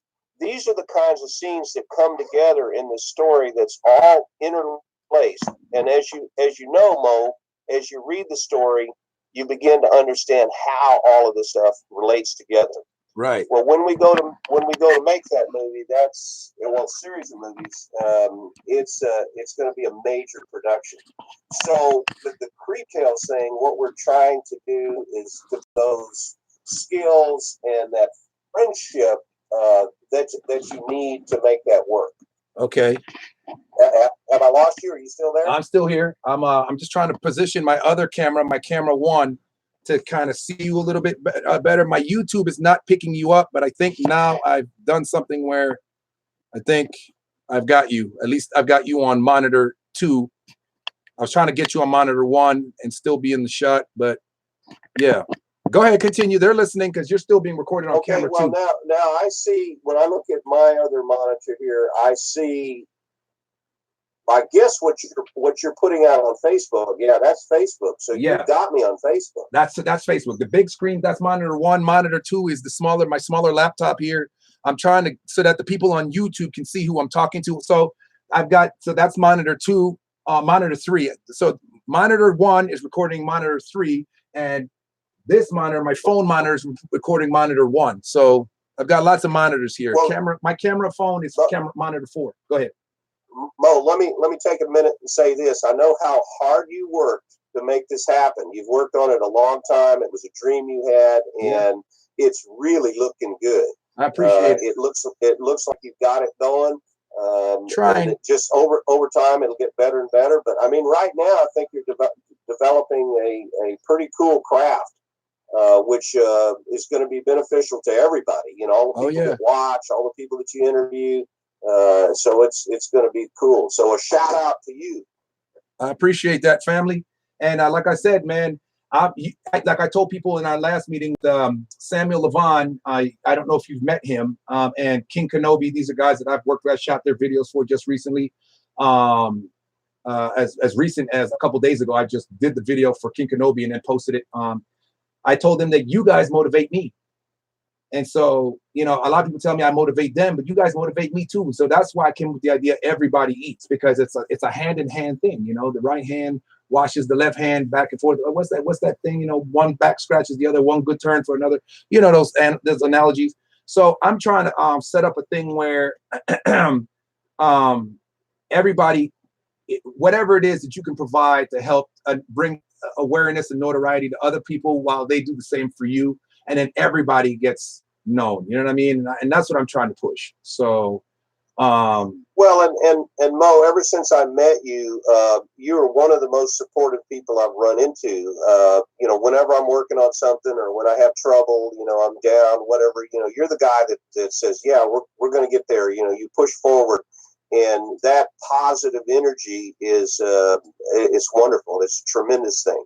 And you're sharing that with a lot of people. And I know it's going to come back at you. Things are going to be great for you. I'm trying, man. I'm trying. Like I said, man, I prayed to God, man. I was like, Lord, you know, I'm waiting for this. I'm looking for this. And then it hit me. I got this thought come across my mind, and it was like, what are you waiting for? What are you looking for? And I looked around and I was like, dude, I don't have a lot. I don't have anything, but I have pretty much what I need. I have 2 working laptops, one that I produce music and edit music on, another one that I produce videos and photography and everything on. I have my own camera. Everybody knows Goliath. You know what I mean? So I mean, I have all the stuff I need. You know, I have my drawing tablet here on my screen. I don't know if y'all can see it. This is my drawing tablet. This is the GT whatever it is. This thing is a beautiful thing. I got it as a gift. Those of y'all see it right there, YouTube. And this thing, I sit here and I freehand draw my ideas for T-shirts and stuff, and illustrate cartoons, my little doodles, and that's how I drew the logo for your band, your Swedish band that's reached out to you. What do they call Fresh Cut Salad? That band. Fresh Cut Salad. Yeah. Actually, they're Dutch. Dutch. What did I say? Swedish. My bad. If they heard you call them Swedish, they'd turn around and go back. And the latest thing on them, you know, they were headed to the United States and they had their passports. And I guess they had the passports on the deck of the ship, and the wind came up, blew them overboard, and so they lost all their passports. They sailed to the Gulf of Mexico and they could not get admission into America. So they went to Brazil for a while. And when they were in Brazil, they spent all their money. So then they sailed back to Holland. And then the latest post we got is that they're on their way back here. So hopefully one of the hurricanes doesn't put them at the bottom of the ocean, you know? Right. Yeah, we've had a bit of a tropical depression in the Gulf a little bit. I think it's kind of dispersed some, which is bringing us the rain that's happening outside at the moment. But yeah, so I you know, I appreciate that, because that gave me kind of an opportunity to do something for that band as well. So I'm really happy about that. I'm happy to be part of that. So absolutely. So what else is on deck for you? What's any of your future endeavors that you are hoping to attempt here, Doug? What else you got? Well, more of the same. Obviously, it's photography and writing, my passions, and so I continue to do that. And also, people, if they want to go check out the posters, we printed 17 posters with the models that we worked with during the Douglas Kirk experience. Right. And you can find those. This is a strange website, but it's easy to remember. www.purplepaintlaw.com. Purplepaintlaw.com. Now, what's this? So you go there, and there will be a tab for the posters, and you can go check those out. Look at them. You know, they're really beautiful posters. We printed them as 2 feet by 3 feet, really high quality poster paper. So it's something you'll be proud to own. And I got to say this, our friend in China, her name is Karen. She has been tremendously supportive too. She helped me with the posters. She helped me with the books. She's just been a wonderful friend. Yes. Interesting thing about her, she has a degree in English. Okay. And I didn't know this, but in China, when you contact a Chinese company, they go through an intermediary, what they call a trading company. And that trading company is basically a group of people who speak English, who are there to broker the deal, whatever it is you want to accomplish. Say if you're a music guy and you want to produce CDs, right? Now you can make the CDs in the U.S. or you can go to China and get them for 1/3 the cost, right? And so you can contact a trading company, and they would find somebody that would manufacture your CDs, print the covers, all that kind of stuff, and ship them over to you. So it's a very interesting time to be alive. You know, I grew up when China was the enemy. You know, during the Vietnam War, you know, Red Chinese, kill a commie for Christ, which I always thought was weird. Why would you do that? You know, how does that make any sense? Yeah. Why would you kill somebody you don't even know? But anyway, that was the environment, the Cold War. Now, today, with the internet, you can communicate with these people like they're across the street from you. Right. And the Chinese people that I've gotten to know are hardworking. They have the very same dreams that we have. In Karen's case, she just recently had a baby about a year ago. She was struggling with that. You know, the baby was not doing as well as she thought. She had postpartum depression. And nobody told her what that meant. She just knew she didn't feel right. Right. And, you know, being a psychologist, I said, well, I know what you have. You got postpartum depression. And so in correspondence, back and forth, you know, I kind of talked her through that. And she's doing all right now. But the point that I'm trying to make is that whether they're Chinese, whether they're Croatian, whether they're Dutch, doesn't matter. These people are human beings just like you and me, flesh and blood. We all have the same problems. We all have the same dreams. We all have the same desires.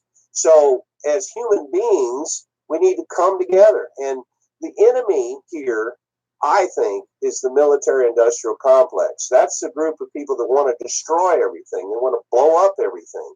Right. We're on the other side. We're on the side where we want to bring people together and promote commerce and promote relationships and promote working together, so that as human beings we can be creative. We can make things, not destroy things. Right. So there's kind of a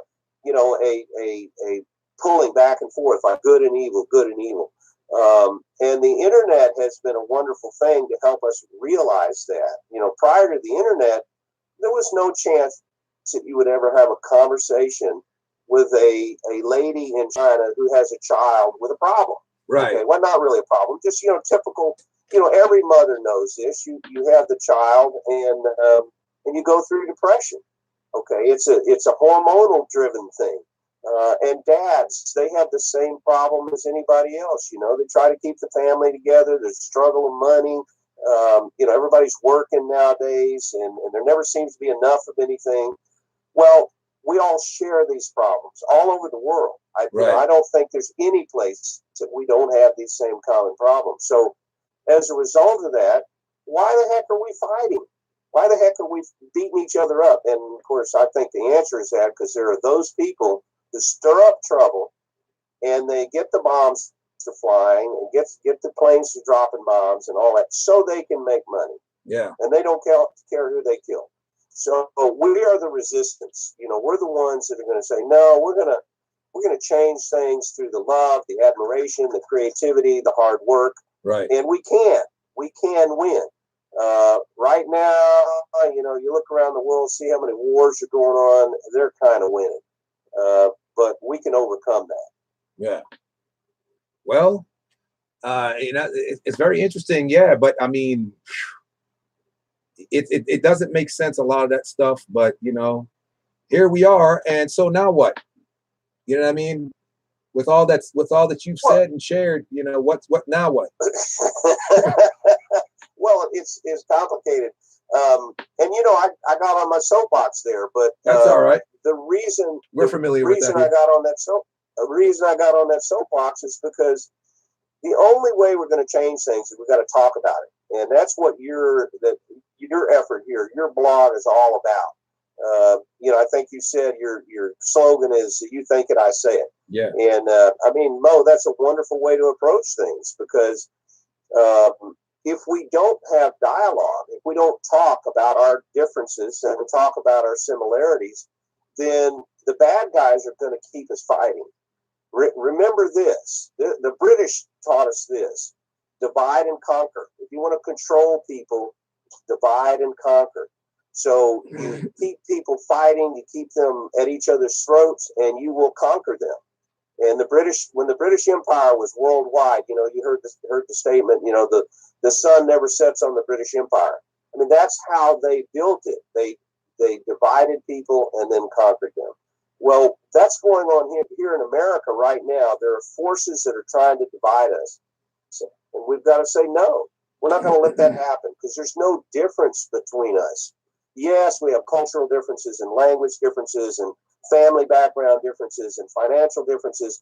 But when you strip that all away, we all want the same thing. We're all driven toward, relationships that are positive and love and families that grow. And, find me somebody that thinks that's bad. Right. It's not bad. We all strive for that sort of stuff. Yeah, we want our families. We want to survive. Yeah, you're right. So, you asked the question, where do we go from here? Well, part of the Look For Me series talks about these kinds of things. It's subtle.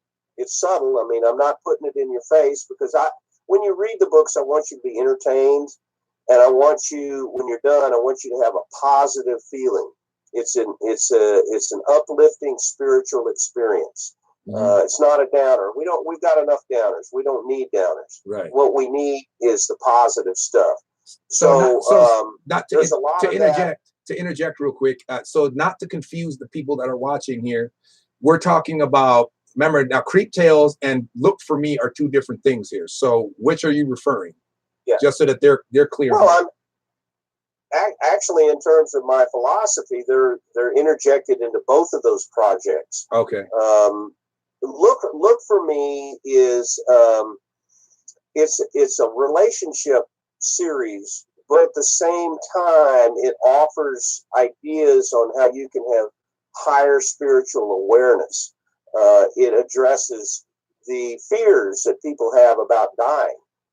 And it does it in a positive way. So when you're through reading, you have something to think about, and you begin to realize that, yeah, we're a brotherhood of man here. Right. And don't let the bad guys take that away from us. Now, Creep Tales, it's a collection of short stories, kind of in the Twilight Zone genre. So what that means is that there will be a setup, and then as you get to the end of the story, there will be a twist. And I love the twist. I love to make you think, well, this is happening, and then you realize, oh man, no, that's what was really going on. But that's educational. Right. I'm trying to teach the concept of, hey, we can do this or that or whatever. So in terms of me as a writer, yeah, I kind of put that personality into everything I do. And that'll be true with my photography too. Like one of my favorite, since it's Halloween, one of my favorite pictures is a self-portrait where I had Lexi, the model, dragging my head along the ground. Yeah. Without the body. And that was a self-portrait. I set it up, shot it myself, and I showed that to people, and they said, oh, wow. So then to follow up with that, I had a series of 4 photos, which were the first photo, and she was standing holding those photos, and the body without the head was holding the other photos. And she has this look on her face of like, oh my God. So, you know, I'm pushing the envelope, trying to make things more interesting, more entertaining, trying to make you think. And I think, you know, Mo, what you said to me in reading the books, is that it does make you think when you get to an end of a chapter, you're saying, oh, wow. Yeah. And that's kind of my goal. Yeah. Let me ask you a question. Now, Mo, you started reading the books aloud. And, you know, I've enjoyed that because you've read them to me. So what do you think about doing some of that for your listeners? Yeah, and that's something that we can definitely ask the so I got a thing that says poor network connection. Am I losing you? Have I lost you? I'm here. I by, can hear you. Can you hear me? Yeah, I hear you. Just kind of froze up a little bit on me. It says poor network connection. I'm not sure what's going on, but if you can hear me, yeah, that's something that that's something that I'm going to go ahead and post out there to the public to kind of get some stuff. But the thing that sucks about the situation is I'm only left with book 4, so we need to give them a starting point so that they can kind of follow along a little bit. And I'd hate to start off at book 4.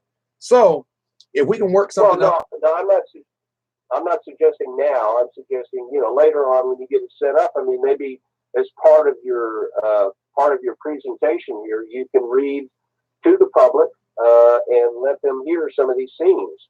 Right. I know that when you read them to me, you were moved by them. Right. And so, you know, that might be a way that you can help your audience get an idea of what we're talking about here. And I don't intend.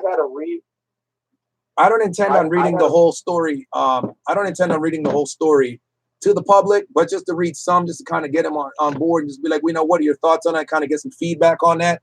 Of course, eventually we would like them to read the stories for themselves. So, but go ahead. I had a reader contact me just the other day. She just read one book. She read it, book 1. She read it in one day. And she said, I could not put it down. Yeah. And she says, I don't normally read stuff, but you know, I picked this up and I couldn't put it down, and now I've got to read the other 4. Of course, I told her, well, there's 9. Yeah, absolutely. You know, so but it's a fast read. It's not, you know, you're not going to spend months and months doing it. If you were to sit down and read a book, you can do it in about 4 or 5 hours. Right. If you want to take your time, you can do it over a couple of days. Right. So it's not Stephen King. You know, his books are 800 pages long, small print. And these things are much more digestible in terms of the busy lives that we all lead. So in the future, at some point, you might want to consider doing that. I think so. Like you say, just to introduce people. Kind of like a story time, kind of, when instead of doing one of my soapbox rants, just kind of get on there and do like a story time thing. And that's something I can definitely visit with the fans and the public, the people that are watching. Right now I got Eva Marie. I believe that's my neighbor tuning in. Hi, Eva. How you doing? Thumbs me up or something so I know that you got that message. Brandy Tillery, how you doing? Dave Gross, what's happening? And those of y'all that chimed in, man, thank you so much. Again, just to kind of catch you up to speed, this is my esteemed colleague and friend, Douglas Kirk. He is the writer and author of the books Look For Me, I Will Find You series, also the writer of the Creep Tale series, which we were kind of talking a little bit about.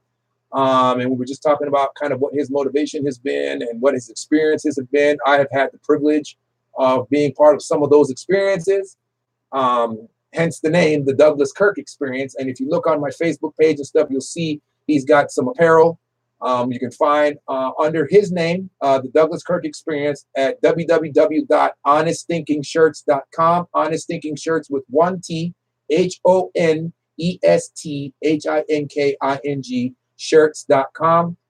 Do check that out. And if you're interested, feel free to go ahead and buy some of the merchandise that he has to kind of show your love and support. So continue, Doug, with what's next for you.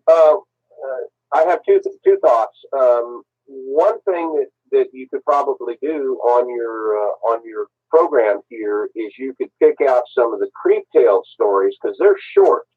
Some of them are 10 minutes long, some of them are 15 minutes long, and you could read those, and you could have maybe once a week, lower the lights, where everything is dark in the background, and say it's time to read the Creep Tale. So that's a thought. And since you're an actor, I think you would really bring it alive. That would be cool. The other thing, I can't top that laugh from Tales of the Crypt or whatever it is. Tales from the Crypt, whatever. I can't top that laugh. That creature that has that real funky laugh in Tales of the Crypt. I don't know if I can top that. Yeah. So. Well, you'll have to work on something, but you got to have the laugh. The other thing that I would say is for those of your listeners and your fans who want to be writers, I know you wrote a story. You had sent it to me, and you had a friend that was going to read it, and I guess in a year's time he didn't read it. You sent it to me. I read it in one day. Yeah. What I would say to your listeners is that there are creative people out there who are doing music, or doing fiction, writing stories.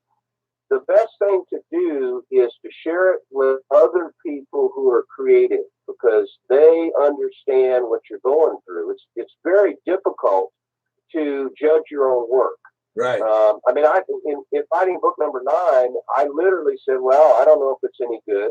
I think it is. I believe it is. I believe it's going to be in line with the others. Right. But I don't know until people read it. And when they read it, they'll tell me.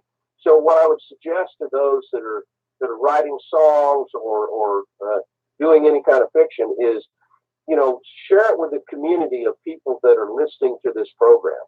I don't know how you would do that exactly, but post a message or something and say, hey, I just wrote something. Will somebody help me evaluate it? Right. And the other thing I would say is never, ever, ever give up. Never. If you're doing music and you're not getting people listening to it, that doesn't mean it's bad. It just means you got to keep going. Right. You got to keep going, keep going, keep going, keep going. And that's with anything, photography, video, whatever. Absolutely. You never give up, because it's a craft that you develop over a long period of time. Absolutely. You may be born with inspiration, but 90% of it is going to be perspiration. You're going to have to work and sweat a little. Right. And eventually you'll make your break. Eventually you'll get there.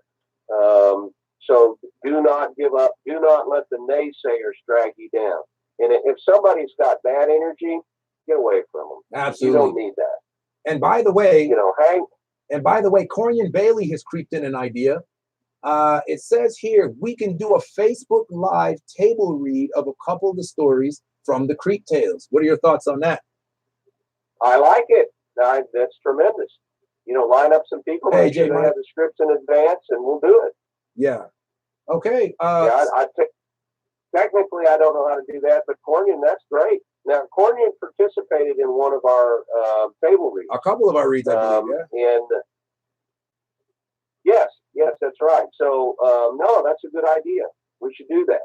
So that's going to have to mean it's going to be a type of an email thing that we're going to have to network, where we can send people emails of the script, and then people that want to participate can tune in and read. Now, I'm not sure how we're going to set all that up with everybody kind of. Okay, so somebody hit me up. Yeah, man, I don't know. I don't know how we would get. I've run out of monitors here. I don't know how we would do all that. We would have to figure something out. That'd be quite a circus act. It'd be quite a riot act. But I don't know. It's something interesting. Let me see how that works. I'm not sure how that would work. That kind of baffles me as we speak. How we would get.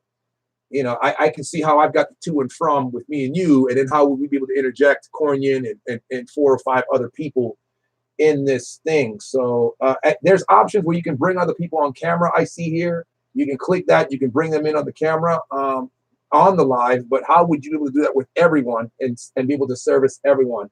That's something we'd have to probably visit with in the near future. Mo, I think the answer to that is go to somebody that's 16 years old and ask them to set it up, because they'll know how to do it. You know, you and I, we're over the hill, you know, but a 16-year-old, they got that handle. Remember, they were born and raised on this technology. You and I go back to a day when we didn't have any of this. We came into the technology. Somebody will know how to do it. Right. Well, that's something to definitely look into. We got Lori Marshall back on the line again. Hey, Lori, she's back. Welcome back.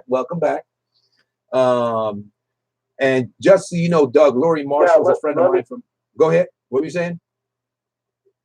Let me ask you this. I don't know how it works on your end, but can you ask any of your listeners if they have any questions they want us to answer while we're talking? You just did. You're live. Well, Cornian, yeah. You're live. You just asked the question and they just heard you. You're live. This is all around live here. Everybody on YouTube that's watching is heard it. Yeah, on Facebook has heard it, and so yeah, you just asked the question. Well, yeah. Then my question is to anybody that's out there: have you got any questions? Is there something you want to know that we touched on that maybe you didn't understand, or you want to know more, or whatever? Now would be the time to. I guess they would text it to you, or they Facebook it to you. How do they give it to you? He texts it to me. Cornian just texted. I'll look into it. There are ways. So he's obviously good for him. Yes. So he's obviously checking in. Lori Marshall, your thoughts? Just to catch you up to speed, Lori. We were talking about doing a possible read for some of the stories. This is my esteemed colleague and friend, Douglas Kirk, the writer of the Look For Me series. Look For Me, I Will Find You, which you can find at www.lookformeiwillfindyou.com, which is selling out of a place in Austin called, what's it called? People's Books? Book People. Book People. Oh, a buddy of mine, Dean Campbell's on the line. What's up, DC Productions? So DC, we've got Doug Kirk, DK, on the line, author and writer of the Look For Me series and so on and so forth. We're interviewing with him tonight. As I was supposed to visit with my man Tre Fivehunnit today, didn't happen for I'm not sure what the reasons are, but just to catch you up to speed, he is an author and writer. He's looking for people to act and do stuff for his books and filming short films and whatnot in that area. And we've kind of been talking about what's the next move for the future. At which point he was talking about doing a public live read, or that was Cornian's idea, but a live read maybe potentially on Facebook, where people can kind of hear the stories and kind of and decipher for themselves what their thoughts were on that. Am I correct in saying that, Doug? Your thoughts? Well, yeah, and I just, we started out talking about this. I wanted to reiterate that I just won $1 billion in the lottery. And so, this is all. Wouldn't that be something? Man, that would be amazing. That would be amazing. Can you believe I actually bought a lottery ticket? I've never bought one before, but I bought one because I thought, for $2, I'll get entertainment value out of it. $2. Hey, I've hit the lottery a few times for $3, $15, $25. I've hit $30. I've hit the lottery, so I'm satisfied. I can say I've hit the lottery and won. Well, but in this case, what is it up to? 1.6 billion. Yeah. And so they said, do you want it over a 30-year period or cash? I said cash. So they told me that they would give me $904,900,000 all at once. Let me ask you this. And after the government takes their taxes, I probably end up with $5. Yeah, right. And then they're gonna snatch that from you. You know what I mean? So but you ever notice that every 2 or 3 years this happens where the lottery gets up to $50 billion and everybody and their grandmother goes out and spends money? There's something happening here. That if you got everybody spending at least $5 on the lottery, how much money are we talking about here? Statewide, nationwide. If they can give away $1 billion, Keyshawn Wilson, darn well they made a lot more than that. Oh yeah. What is it? What did you say it was up to? $100 billion? What is it? What did you say it was up to? What was it up to? No, it's right now. I think if I'm correct, it's 1.6 billion. Okay, so damn near 1.25 billion, or 1.5 billion, right? A little more than $1.5 billion. 1.5 billion. Okay. Now that's crazy. That's completely crazy. They made 30 billion. It's gambling. Yeah.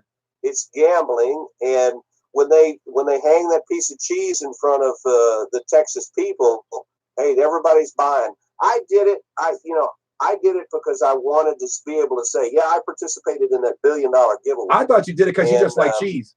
Because of what? Because of what? I said I thought you did it because you just like cheese. Yeah, exactly. But it should be said that the lottery is a voluntary tax against people who are mathematically ignorant. Right. Because your chances of winning this thing are like one. Well, they say on here it's 1 in 302, 575 million. Yeah. That's your odds of winning. So I laugh at these people that go down and they buy 10 tickets. Well, there's no difference between 1 ticket and 10 tickets. So your odds haven't changed. Yeah. Well, you say that, and when then you're working. You say that, and then you win the 1.5 billion, and then I'll accept your apology, a free trip to Tahiti somewhere, so I can work on my tan lines. It was crazy because I did this on Tuesday, and I didn't even know how to fill out the form. I had to get the clerk at the store to help me fill it out. I had no idea. So anyway, I did it for entertainment value. I've had fun with it. Right. But bottom line is we're not going to make any movies until we raise some money or figure out how to do that. And, that's the challenge. It's really, really difficult to raise that kind of money. Man, it is. And if it happens, then I've heard the horror stories of the people that have actually hit the lottery. And then by the time the government was done with them, friends and families and in-laws and then their drug habits and all that, it's just, was it even worth it at the end? You know what I mean? So yeah. The lottery's a scam. Will Ortiz, what's up? It's designed to fleece money from people. That's what it is. Oh yeah. It's gambling, and they say, well, for $2 you could be the one. Yeah. Yeah, you could, but so could 302 million other people. Well, so what are the odds again? 1 out of 100 million or something? You said. Well, right now, according to this ticket, it's 1 in 302, 575 million. Okay, so after that 302, 575 million, or 73 million have played, or maybe 74 million, and then you happen to play, you can win. Yeah, I get that. But we need the other. Yeah. Yeah, we need the other 50 million people to play first. Then you play. So my strategy on that is let everyone else play first. Then at the last minute, just like the day of the roll, you play right before the cutoff, and now maybe your odds of winning. Damn it! Yeah, he won. We weren't expecting him to win. You know what I mean? So, yeah, I don't know. that, you know, I play it for fun, but like I said, I've won, so I can't complain. I paid maybe $5 and won $50, and so I made my money back and bought me a couple packs of gum, a hot dog, bag of chips, and a Gatorade, and I was good. You know, my dream came true. I was hungry, and now I had something to eat and some gas. As long as you know that it's for entertainment, then it's okay. You know, if you think you're going to hit it, that's a different thing. You know, it's gamble. It's like I tell people, go for your cookies, but if you get a glass of milk, well, it's a bonus. You know what I'm saying? You're just going in to have fun, like you're saying, and do whatever. So we got Will Ortiz that's just joined us, Keyshawn Wilson, a bunch of my friends, people that I go way back with, man, all in the music game. Dean Campbell, DC Productions, that's all DJ and all that stuff. This is the guy I was telling you about that when we were going to do the book signing and the model thing where we were going to have Kimmy and all those girls that were model Lexi and Jamie and them do the model thing. I was going to see if I could have one of his DJs come and DJ the event and kind of host it for us. But then again, things came up and we weren't able to pull that off. But hopefully we can still do something like that. Maybe we can get all the models back and kind of, you know. Now it's interesting that you mentioned milk and cookies. I understand that you made a batch of chocolate chip today, and I just wonder how that's going. You're damn Are they still around, or have they been consumed? Well, my kids and, you know, their mom, you know, killed off about 2/3, but I've managed to stash a little bag in the fridge. I like my cookies cold, so I put a bunch in a bag and I hide it in the bottom drawer in the fridge, so I can, like a hamster, come in the middle of the night and just kind of, you know, you hear the little nibbling of the cookies, and that's me. So actually they were quite delicious. I've ate enough chocolate now. My heart's over here skipping beats now because all the damn chocolate. But you know, it was worth it. I'd rather die with a chocolate chip cookie in my hand than a gun at my head. So you ask me what that's a no-brainer. But milk and cookies. That's my thing. Everybody has their thing, and my thing, I'm addicted to homemade chocolate chip cookies, man, of my own making. My neighbor across the street's in competition with me though. She comes over with a bag. Her problem is that she uses salted butter and she uses milk chocolate chips. Now, milk chocolate chips, for people that know me way back when I was younger, that was my kryptonite. I was a sucker for chocolate chip cookies, man. Yeah. And milk chocolate chip. Now I eat the dark chocolate chip because the dark chocolate's better for you. So I eat that. But when she gives me that milk chocolate, I could feel the cholesterol and the fat and everything just adding. You know, I'm damn 50. You know what I mean? So, you know, I'm eating all that. You know, hey, I can't do that no more. You know, I got to eat the dark chocolate, stay healthy. I got to eat the lean chocolate. You know what I mean? The gluten-free lean chocolate. Because everything's gluten-free now. Chocolate's gluten-free. You know what I mean? Shit. My toothpaste is gluten-free now. Because, you know. Yeah, but we don't even know what that is. But it's advertised everywhere, you know. If gluten is what I think it is, it's the best part of the batter, isn't it? The gooey part of the batter? I don't know. What is gluten? If you take the gluten out, then the batter, what is it? Soup, syrup? What? I don't know. I thought that we like that gooey dough. I'm a lick the bowl type of guy, you know. You don't get salmonella. I mean, I'm damn near 50, and I ain't got not piece of salmon or Ella.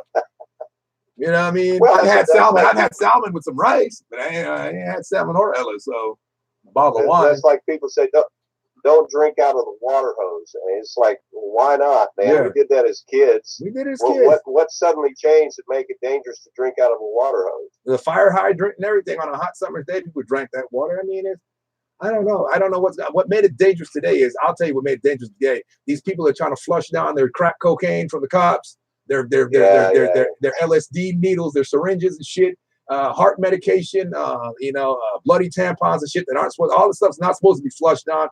That's what's happening today. So next thing you know, if you didn't have heart problems, now you done drunk some water that's got heart medication stuff in it. Now your heart's acting up because it's like, I didn't need it. Now I've got it. Now I don't know what to do with it. Now I'm acting funny because now I'm sick. So I don't know. Well, I think that's part of the deal too, is the in America anyway, because this is not true in every country. They want us to be sick. And the reason they want us to be sick is because that way we spend more money with the medical establishment. So you've got doctors that know how to cure diseases, and they won't tell you about it, and they make it so expensive, and then they load you up with drugs that cause all kinds of additional problems. Right. And basically, they're trying to fleece as much money out of you before you die. Yeah. And it's a shame. I mean, we need to be looking at natural. We need to be looking at working out and watch what you put into your body, because a lot of things are not good for you. I'm finding that a lot of people are getting sick because of lack of magnesium. That's something I didn't know anything about. And so I started, with my anxiety and whatnot, I started eating more avocado and almonds and cashews and spinach and stuff. And I found that, I mean, as I've ate more of that stuff, man, my well-being has gotten improved. I sleep more soundly now. I sleep like deeply. Like this is a guy that, I'm an insomniac. I don't sleep. And when I lay out, I'm out. And I wake up, and you ever wake up, you're like disoriented because you've been sleeping so deep.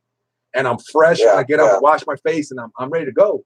So, yeah, I think that, everybody tells you you're vitamin D deficient. I went and my vitamin D was a little low at one point, but it wasn't deficient, but I still felt crazy. But then when I ate the stuff that was rich in magnesium, then I found that my energy is up there. I'm much better. I'm more rested. I'm more calm. I'm more relaxed. I feel like my blood's circulating better. And who knew? So look into that. You might see people, and magnesium helps for people that are lethargic all the time. They're tired. Their hearts skip beat. Hey, we got Jamie Kidd. Speaking of the devil, remember Jamie, the old model we talked about, the Douglas Kirk experience? Jamie. Hey. Hello, Jamie. How are you?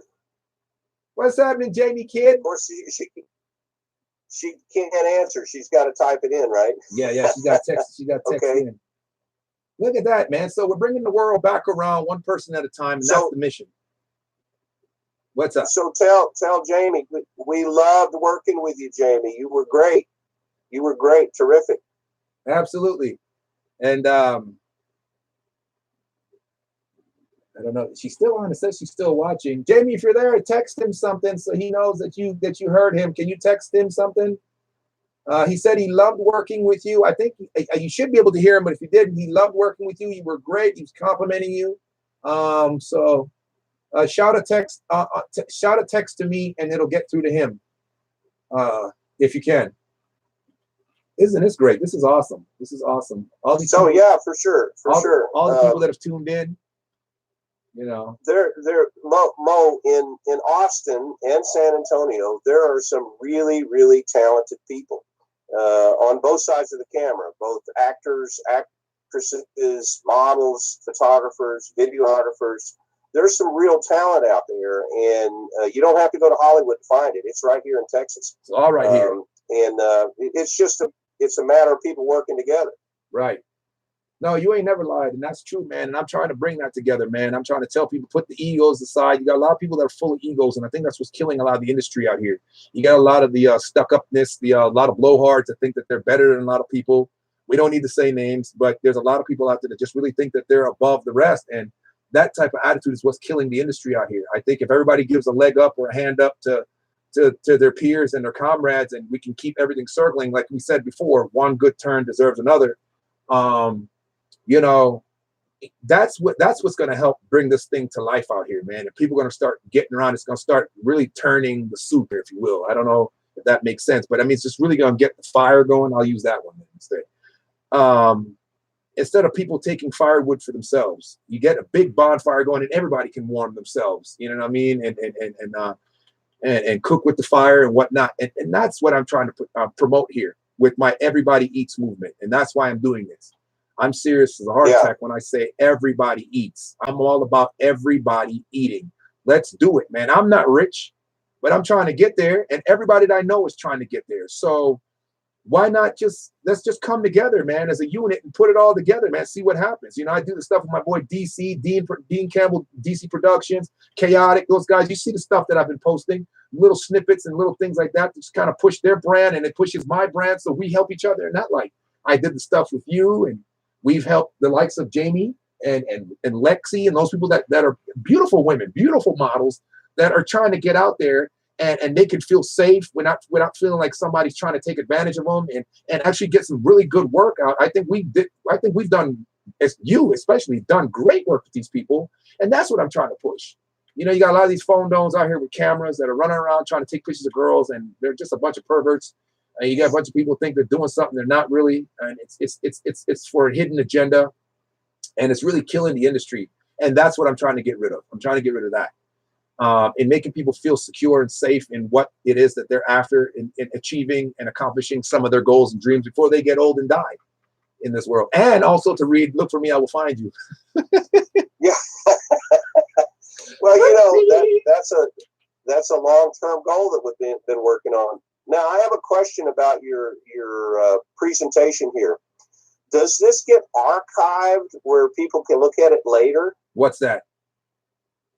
The video what you're stuff? doing? What's your? Oh yeah. Yeah, it's all on my YouTube page right now. So all this is gonna go up on my YouTube page, and it's also archived on my on my Facebook, and it's also stored on my phone. By the way, my Google thing stores it, so I have it. So if ever I can go back to it and click on it in my phone, and then I can upload it. If like if Facebook decides to delete it for whatever reason, I don't see why they would, but whatever, then I could re-upload it and people can revisit with it. So yeah, it's got backing upon backing upon backing. So absolutely.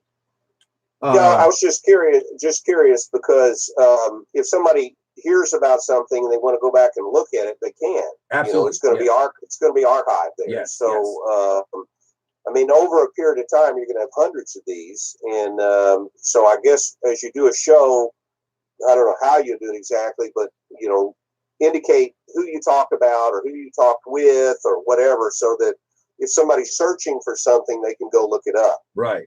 Well, my soapbox, we've spent an hour talking about look for me, and so on your tag, on your archive, you should say the date and then the different people you talk to. Yeah. And one of them would be look for me, Douglas Kirk. You know, right. So that way, if somebody's searching for it on YouTube, they can find it. Maybe a complete stranger can find it. Well, I'll tag that info on that. This was actually an interview that was supposed to have happened with my friend Tre Fivehunnit.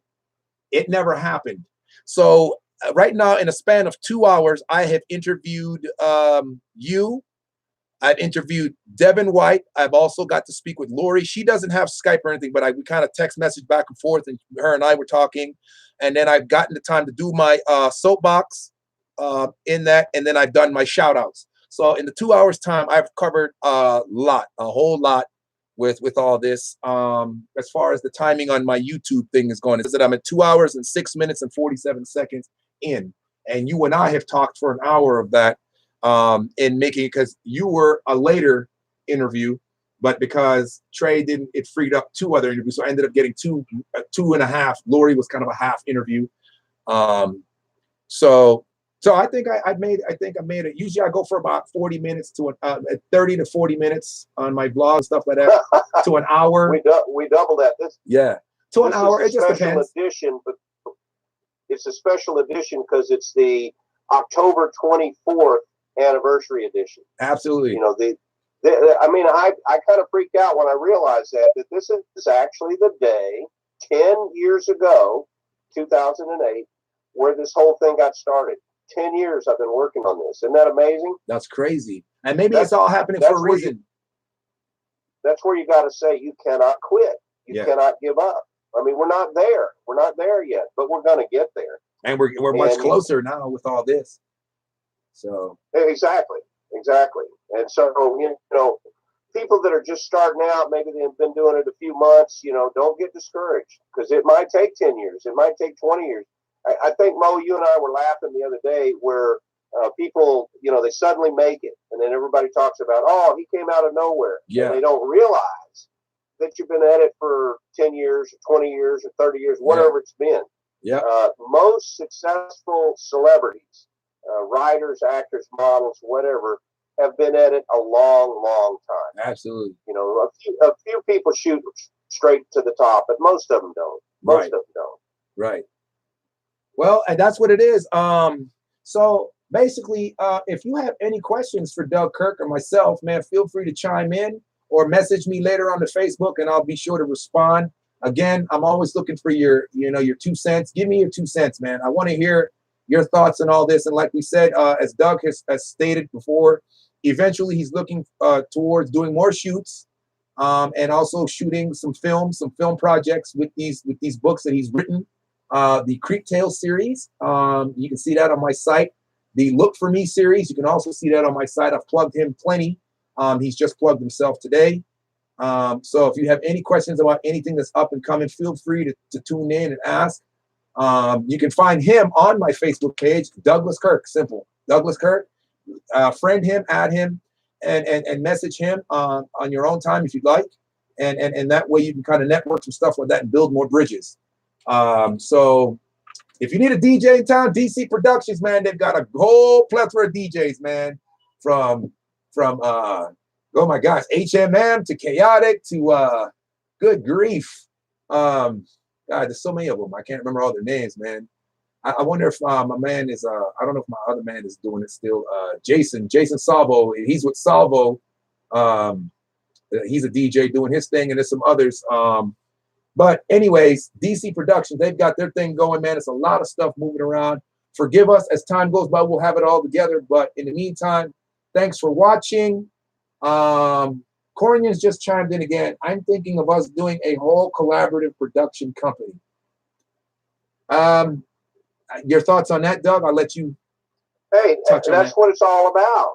You know, you bring all this different talent together, and you're a force to reckon with when you do that. Right. When you have all of these different things to offer, what we need, which we don't have, is we need people that know how to raise money. We need people that know how to go out there and deal with the financial end of it, because in this type of industry, it takes a lot of money to do things. Right. You know, nothing's done on a shoestring. I mean, we've done stuff on a shoestring, but it's really, really hard to do what you envision, what's in your heart, without having some bucks behind you. Right. And so, you know, what he's talking about is a good idea. What if you had a company that had all this talent in tow, and you were able to go to somebody that would be a financial investor and say, okay, this is what we have to offer. Right. Will you sponsor us? Will you back us? Right. They're certainly more likely to do that than when an individual approaches them. Right. Because they're going to say, well, I'm not going to put all my money into that one guy. Right. But if it's a troop, if it's a group, yeah, it makes sense. I mean, in a sense, that's what a production company in Hollywood is. Right. You know, 20th Century Fox or MGM or whatever. They're just giant houses where they've assembled all of the talent that you need to get movies made. Right. Now, it took them many, many years. I mean, these guys go back to the 1910s, 1920s, when movie making started to take off. But we have the advantage today. The digital world is so much cheaper, and the equipment is so much more available to people, right, than it was back then. Absolutely. But it's still hard. I mean, don't let anybody kid you. Nobody's going to make it overnight. No. You're going to have to work and work and work, and you're going to get turned down, doors slammed in your face, and all that. But you have to just get back up on the horse and keep riding. Absolutely. And that's a message we need to get out to everybody. And what you're trying to do is bring people together to support one another to do that. It's a wonderful idea. Why not? And what Cornyn is suggesting is a wonderful idea. Why not? Why not? Yeah. And he believes that Cornyn's chimed in. He believes that I've already started something, but that's what I'm trying to prove. You know, in every community, there's the baker, there's the chef, the butcher. You know what I mean? There's the seamstress. You know, there's the people that does the people that milk the goats or milk the cows or whatever for the milk and to create cheese and whatnot. There are the gardeners, the people that tend to the vegetables. There's people that tend to crops for grain and bread and so on and so forth. And in that community, when everybody pitches in their craft, then you create a machine that supplies everything. And that's what I'm trying to do. That's why I say we all eat. If we got video editors on one end, and we've got photographers on another end, and we've got filmmakers on one end, and we've got DJs, and we got artists, rappers, and singers, and writers, songwriters, book writers, all that, we've got everything. We've got everything you need right there. And I know anybody knows me, knows Modeja, knows me, knows that I know a lot of talented people. I know a lot of people that have been trying to do the stuff, man, and I've heard a lot of talking, a lot of excuses. I've seen a lot of hate. I've seen a lot of egos, and I'm here today to say, look, man, enough is enough. Mike Grimes, how you doing? Enough's enough, man. Let's put this together. Let's all eat. Put aside the differences. Put aside the egos and stuff, and let everybody eat. I shouted out so many people on the backs of those t-shirts. I'm trying to get some feedback on those t-shirts because I want to push that where everybody can get a t-shirt. And how nice. It says everybody eats, and on the back of it, it's got your name on it. You know what I mean? So you feel like somebody's pushing for you, for your brand, for your movement. And that's what I'm trying to do. I'm trying to push for everybody's movement. Douglas Kirk, Chaotic, Corian Bailey, Samuel Levine, King Kenobi, Dean Campbell, Craig White with the Bevo Ballers tailgate. You know what I mean? Prodigy, Gardner Road G's, everybody that's on the back of that, man. You know, all these people, these are artists and producers and JCTV. This guy, oh my God, talk about people that work their ass off. Lauren J, she's fighting cancer, for God's sake. She's got like skin cancers on her body she's dealing with, and she's always staying positive and pushing her brand. Lori Marshall, who's supportive, people that support the movement. She doesn't do anything herself. She just supports, and she's always had your back. Sherry Sullivan's very supportive and has been through a lot. These people have stories to tell, and I want these people push their names out there. Tre 5, 7 Militia, you know. So I can't shout these people out enough, and I keep telling people, you're gonna get sick and tired of me because I'm gonna keep tagging you. I'm gonna keep pushing you. I'm gonna keep hailing your name. You know, because that's what it's about, man. I want everybody. They're gonna know you by the time I'm done. There's not gonna be any excuses. I ain't never heard that name. You a damn lie. You heard that name 100 times. So that's what I'm trying to do. I'm trying to get people involved, and those that want to get involved. This is just the beginning, man. Like Doug said, we're not there yet, but we're gonna get there. But along the way, we're gonna pull all this stuff in, man. And if you're trying to be negative and trying to be on that hateful stuff, I'm gonna let you know right now. You can go ahead and turn away from the door right now.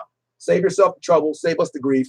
I'm telling you right now, I'm not catering to that. I'm not feeding into that. If you're going to be here and be a one-man show and be an ego and stuff like that, that's cool, man. Just do that to the left. We don't have room for that. Step out of the line and let someone else have room to come in here and do that. So that's what we're trying to do here. And Parton, do you have anything else you want to add, Doug? No, Mo, I think, as I told you before, you've made a great step. I know you talked about this for a long time, and you got it going, and I mean, it looks cool. The thing is, keep it up, keep it up, keep it up, and it'll grow and grow, and you know, pretty soon you'll have sponsors coming to you saying, "Hey, can I be mentioned on your program?" You know, they'll send you a product, say, "Hey, can we do this?" And you'll say, "Yeah, for X number of dollars." I'll talk about your product. So, I mean, that's the way advertising works. And I don't know, we didn't mention this, but I'm in the newspaper business, have been for 22 years. Morton Falls and Publishing. It's an advertising that pays for the production. Yep. You know, and that same thing can happen with your presentation here. It just takes time building up an audience, making sure that you're always entertaining, always something different. Now, I know you will be. I've talked to you for many, many hours on the phone. I know you got some ideas, and so there's not going to be any shortage of conversation. No, and I'm long-winded. Everybody know me. I'm long-winded as fuck. Yeah, and I'm gonna talk your head off. That's why your normally 1 hour program went 2.5. You know? I'm gonna talk your head off, but I'm gonna talk to as many. But the thing is there were so many people that chimed in. There's so many people that sent me messages and sent me a bunch of love, and I got to interview a bunch of people. So that's why it ran over. That's why it took a lot longer. But I did 4 things. I was looking to do one thing. I ended up doing like 4 different things. So that's great. That just looks way better on me. So I love it. You know, I'm sorry it took this long, but it is what it is. But again, this is my man Doug Kirk. Doug Kirk, wave to the people. Show them that, you know. Can you wave to the people? Doug Kirk. It's real. It's real. We'll visit with Doug Kirk again in the near future. Again, stay tuned and check out his movement. Follow with him on Facebook. Give him your plugs, Doug, how they can reach you, how they can contact you. Go ahead. Okay, so the main thing that we're talking about is the Look For Me book series, which is www.lookformeiwillfindyou.com. Lookformeiwillfindyou.com. And that's my book series that someday we hope to make into a series of movies. And you can buy the books there. I mean, that really helps. It's nice to talk about it, but it's even better to buy the books and read the books. And Mo can tell you they're really a quality production. These books can be read and passed around many, many times. It's not a paperback that's going to fall apart. I mean, Absolutely. It's a good quality production.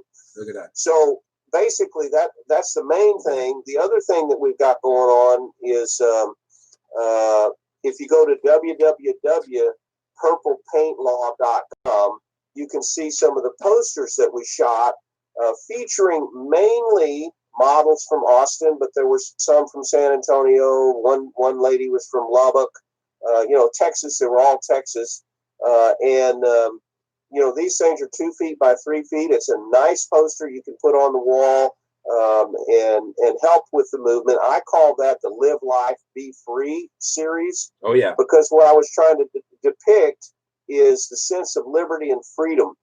We live in a wonderful country here, and there's nothing better than God's backdrop, which is the rivers and the scenery with beautiful women.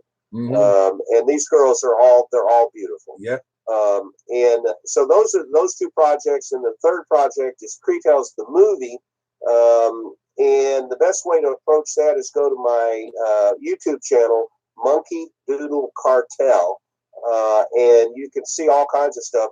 There is a playlist that, since today is the anniversary of the event in the cemetery, there's a playlist called Hot for Truth, and there's 5 videos there, and this is a progressive group of videos that are exploring this mystery, where we absolutely believe that a woman in the spirit, in a spiritual form, reached out to us and was telling us that she was upset about an injustice.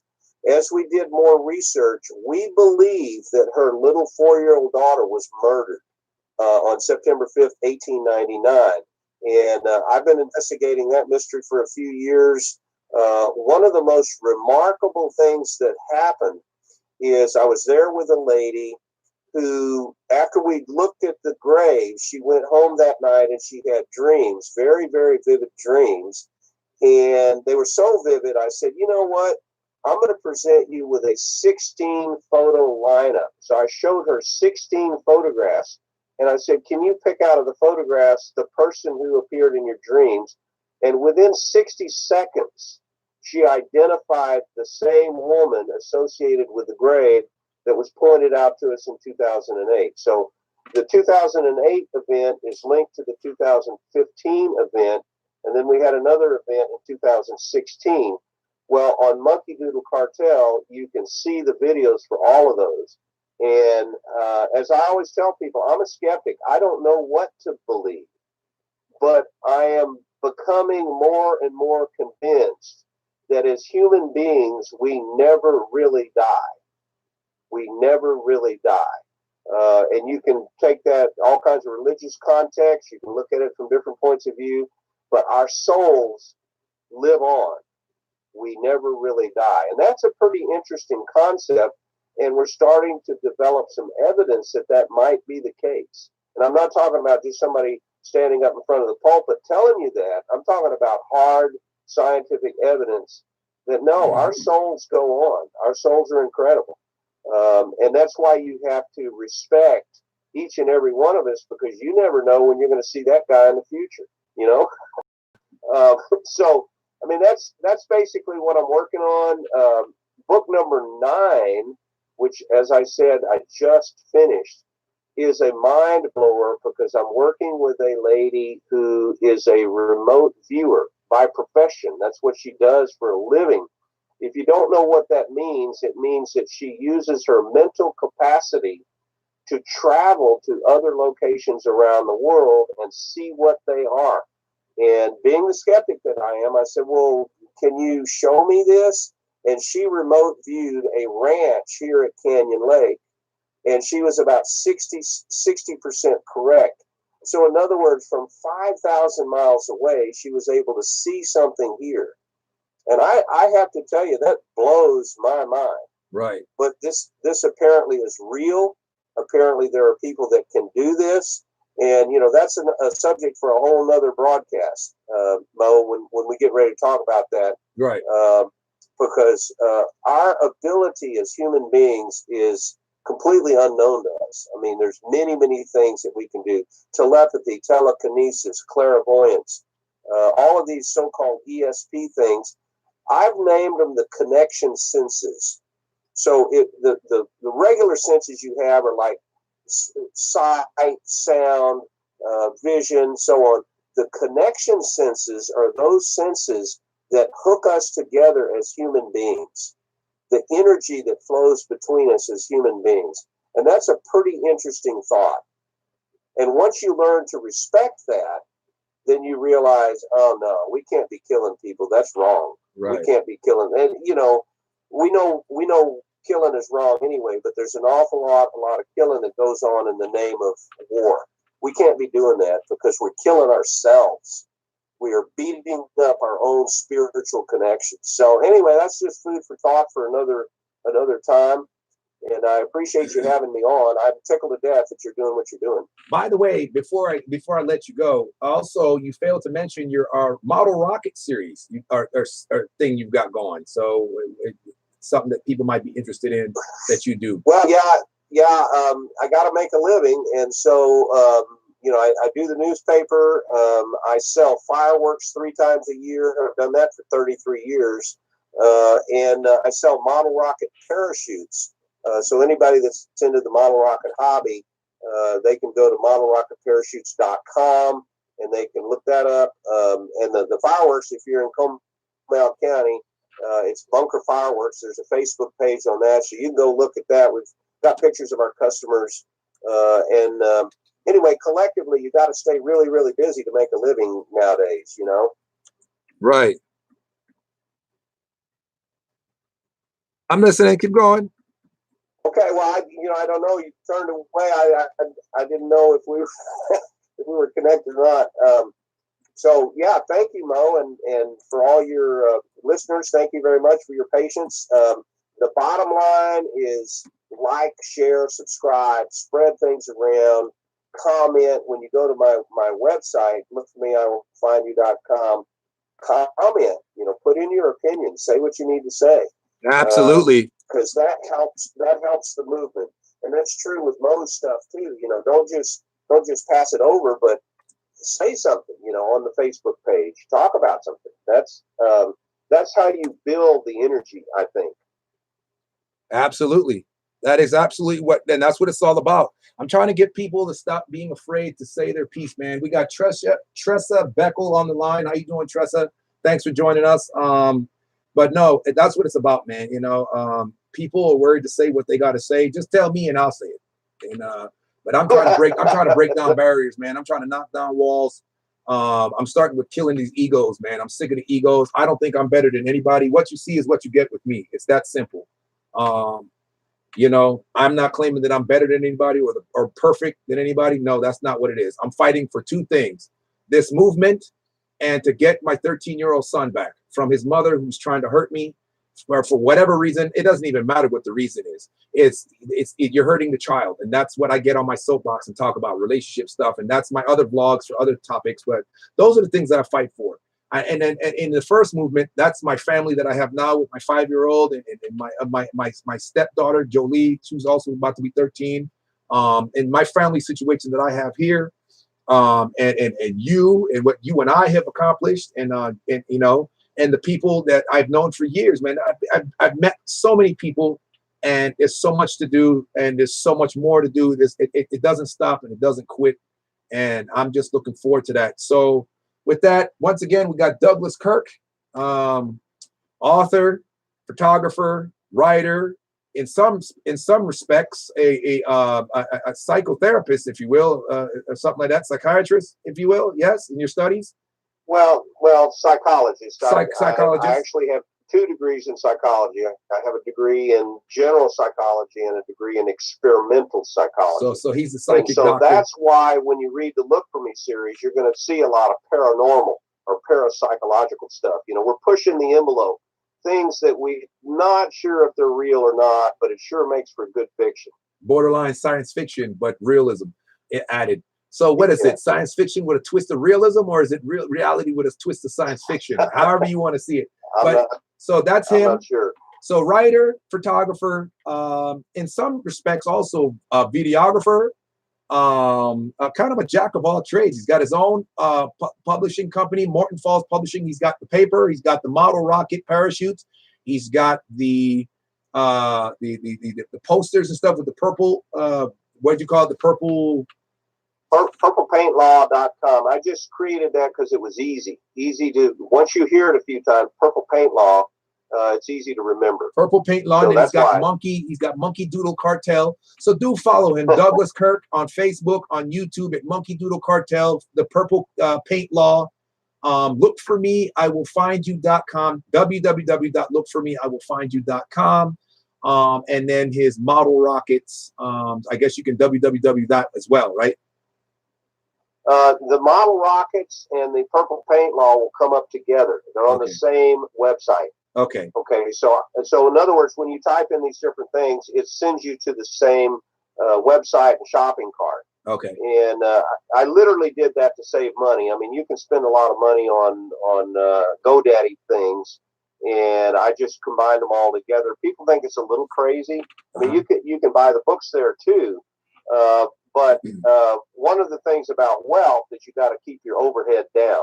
Right. So don't spend a bunch of money you don't have until you have that money. Then you can start spending it. Right. Absolutely. So there you have it, folks. Douglas Kirk, once again. I want to thank the following people. Devin White for showing up tonight. All the people that have chimed in. I'm going to tag all y'all and shout y'all out after this. So look forward to seeing your name being plugged in on this.